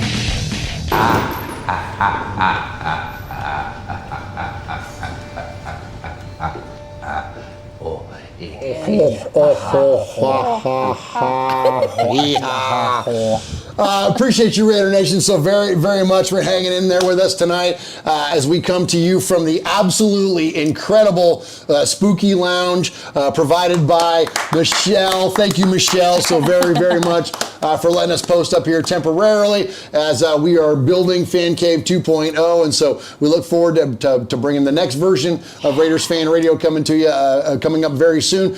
Basically, what we're doing is we're going to build a podcast dedicated studio. That's what we got going on.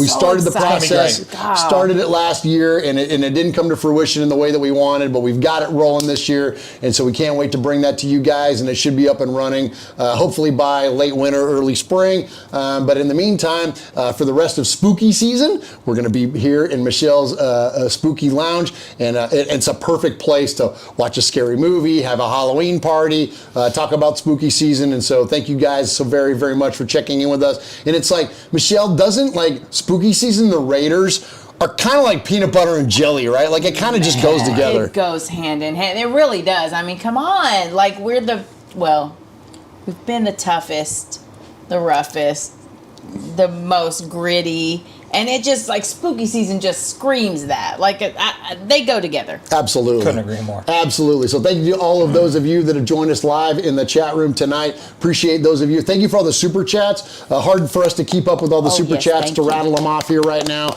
But I just want to tell you, you know who you are. And thank you so very, very much. 100% of that money is going to go to our nonprofit, which is the One Nation Foundation.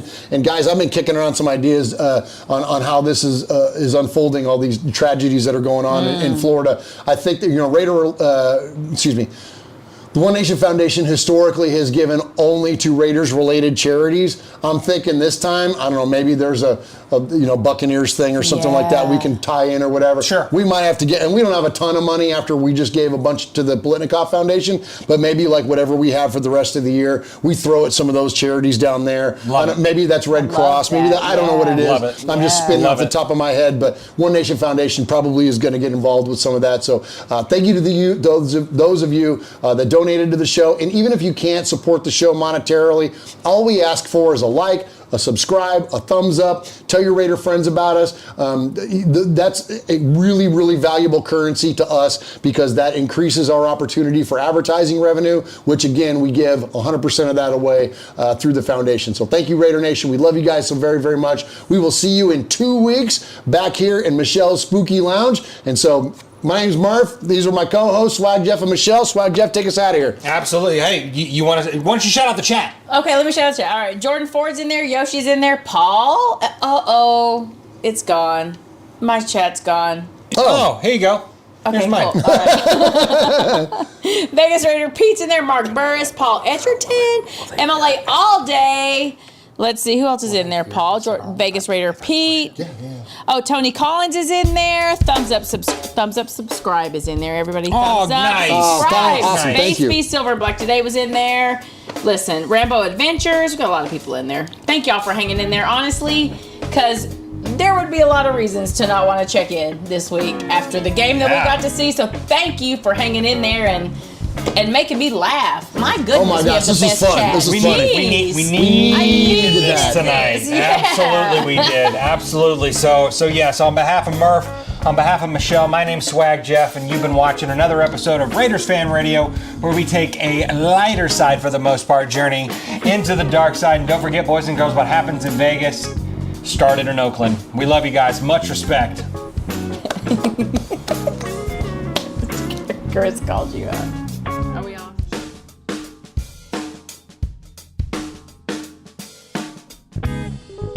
Jeez, my bad.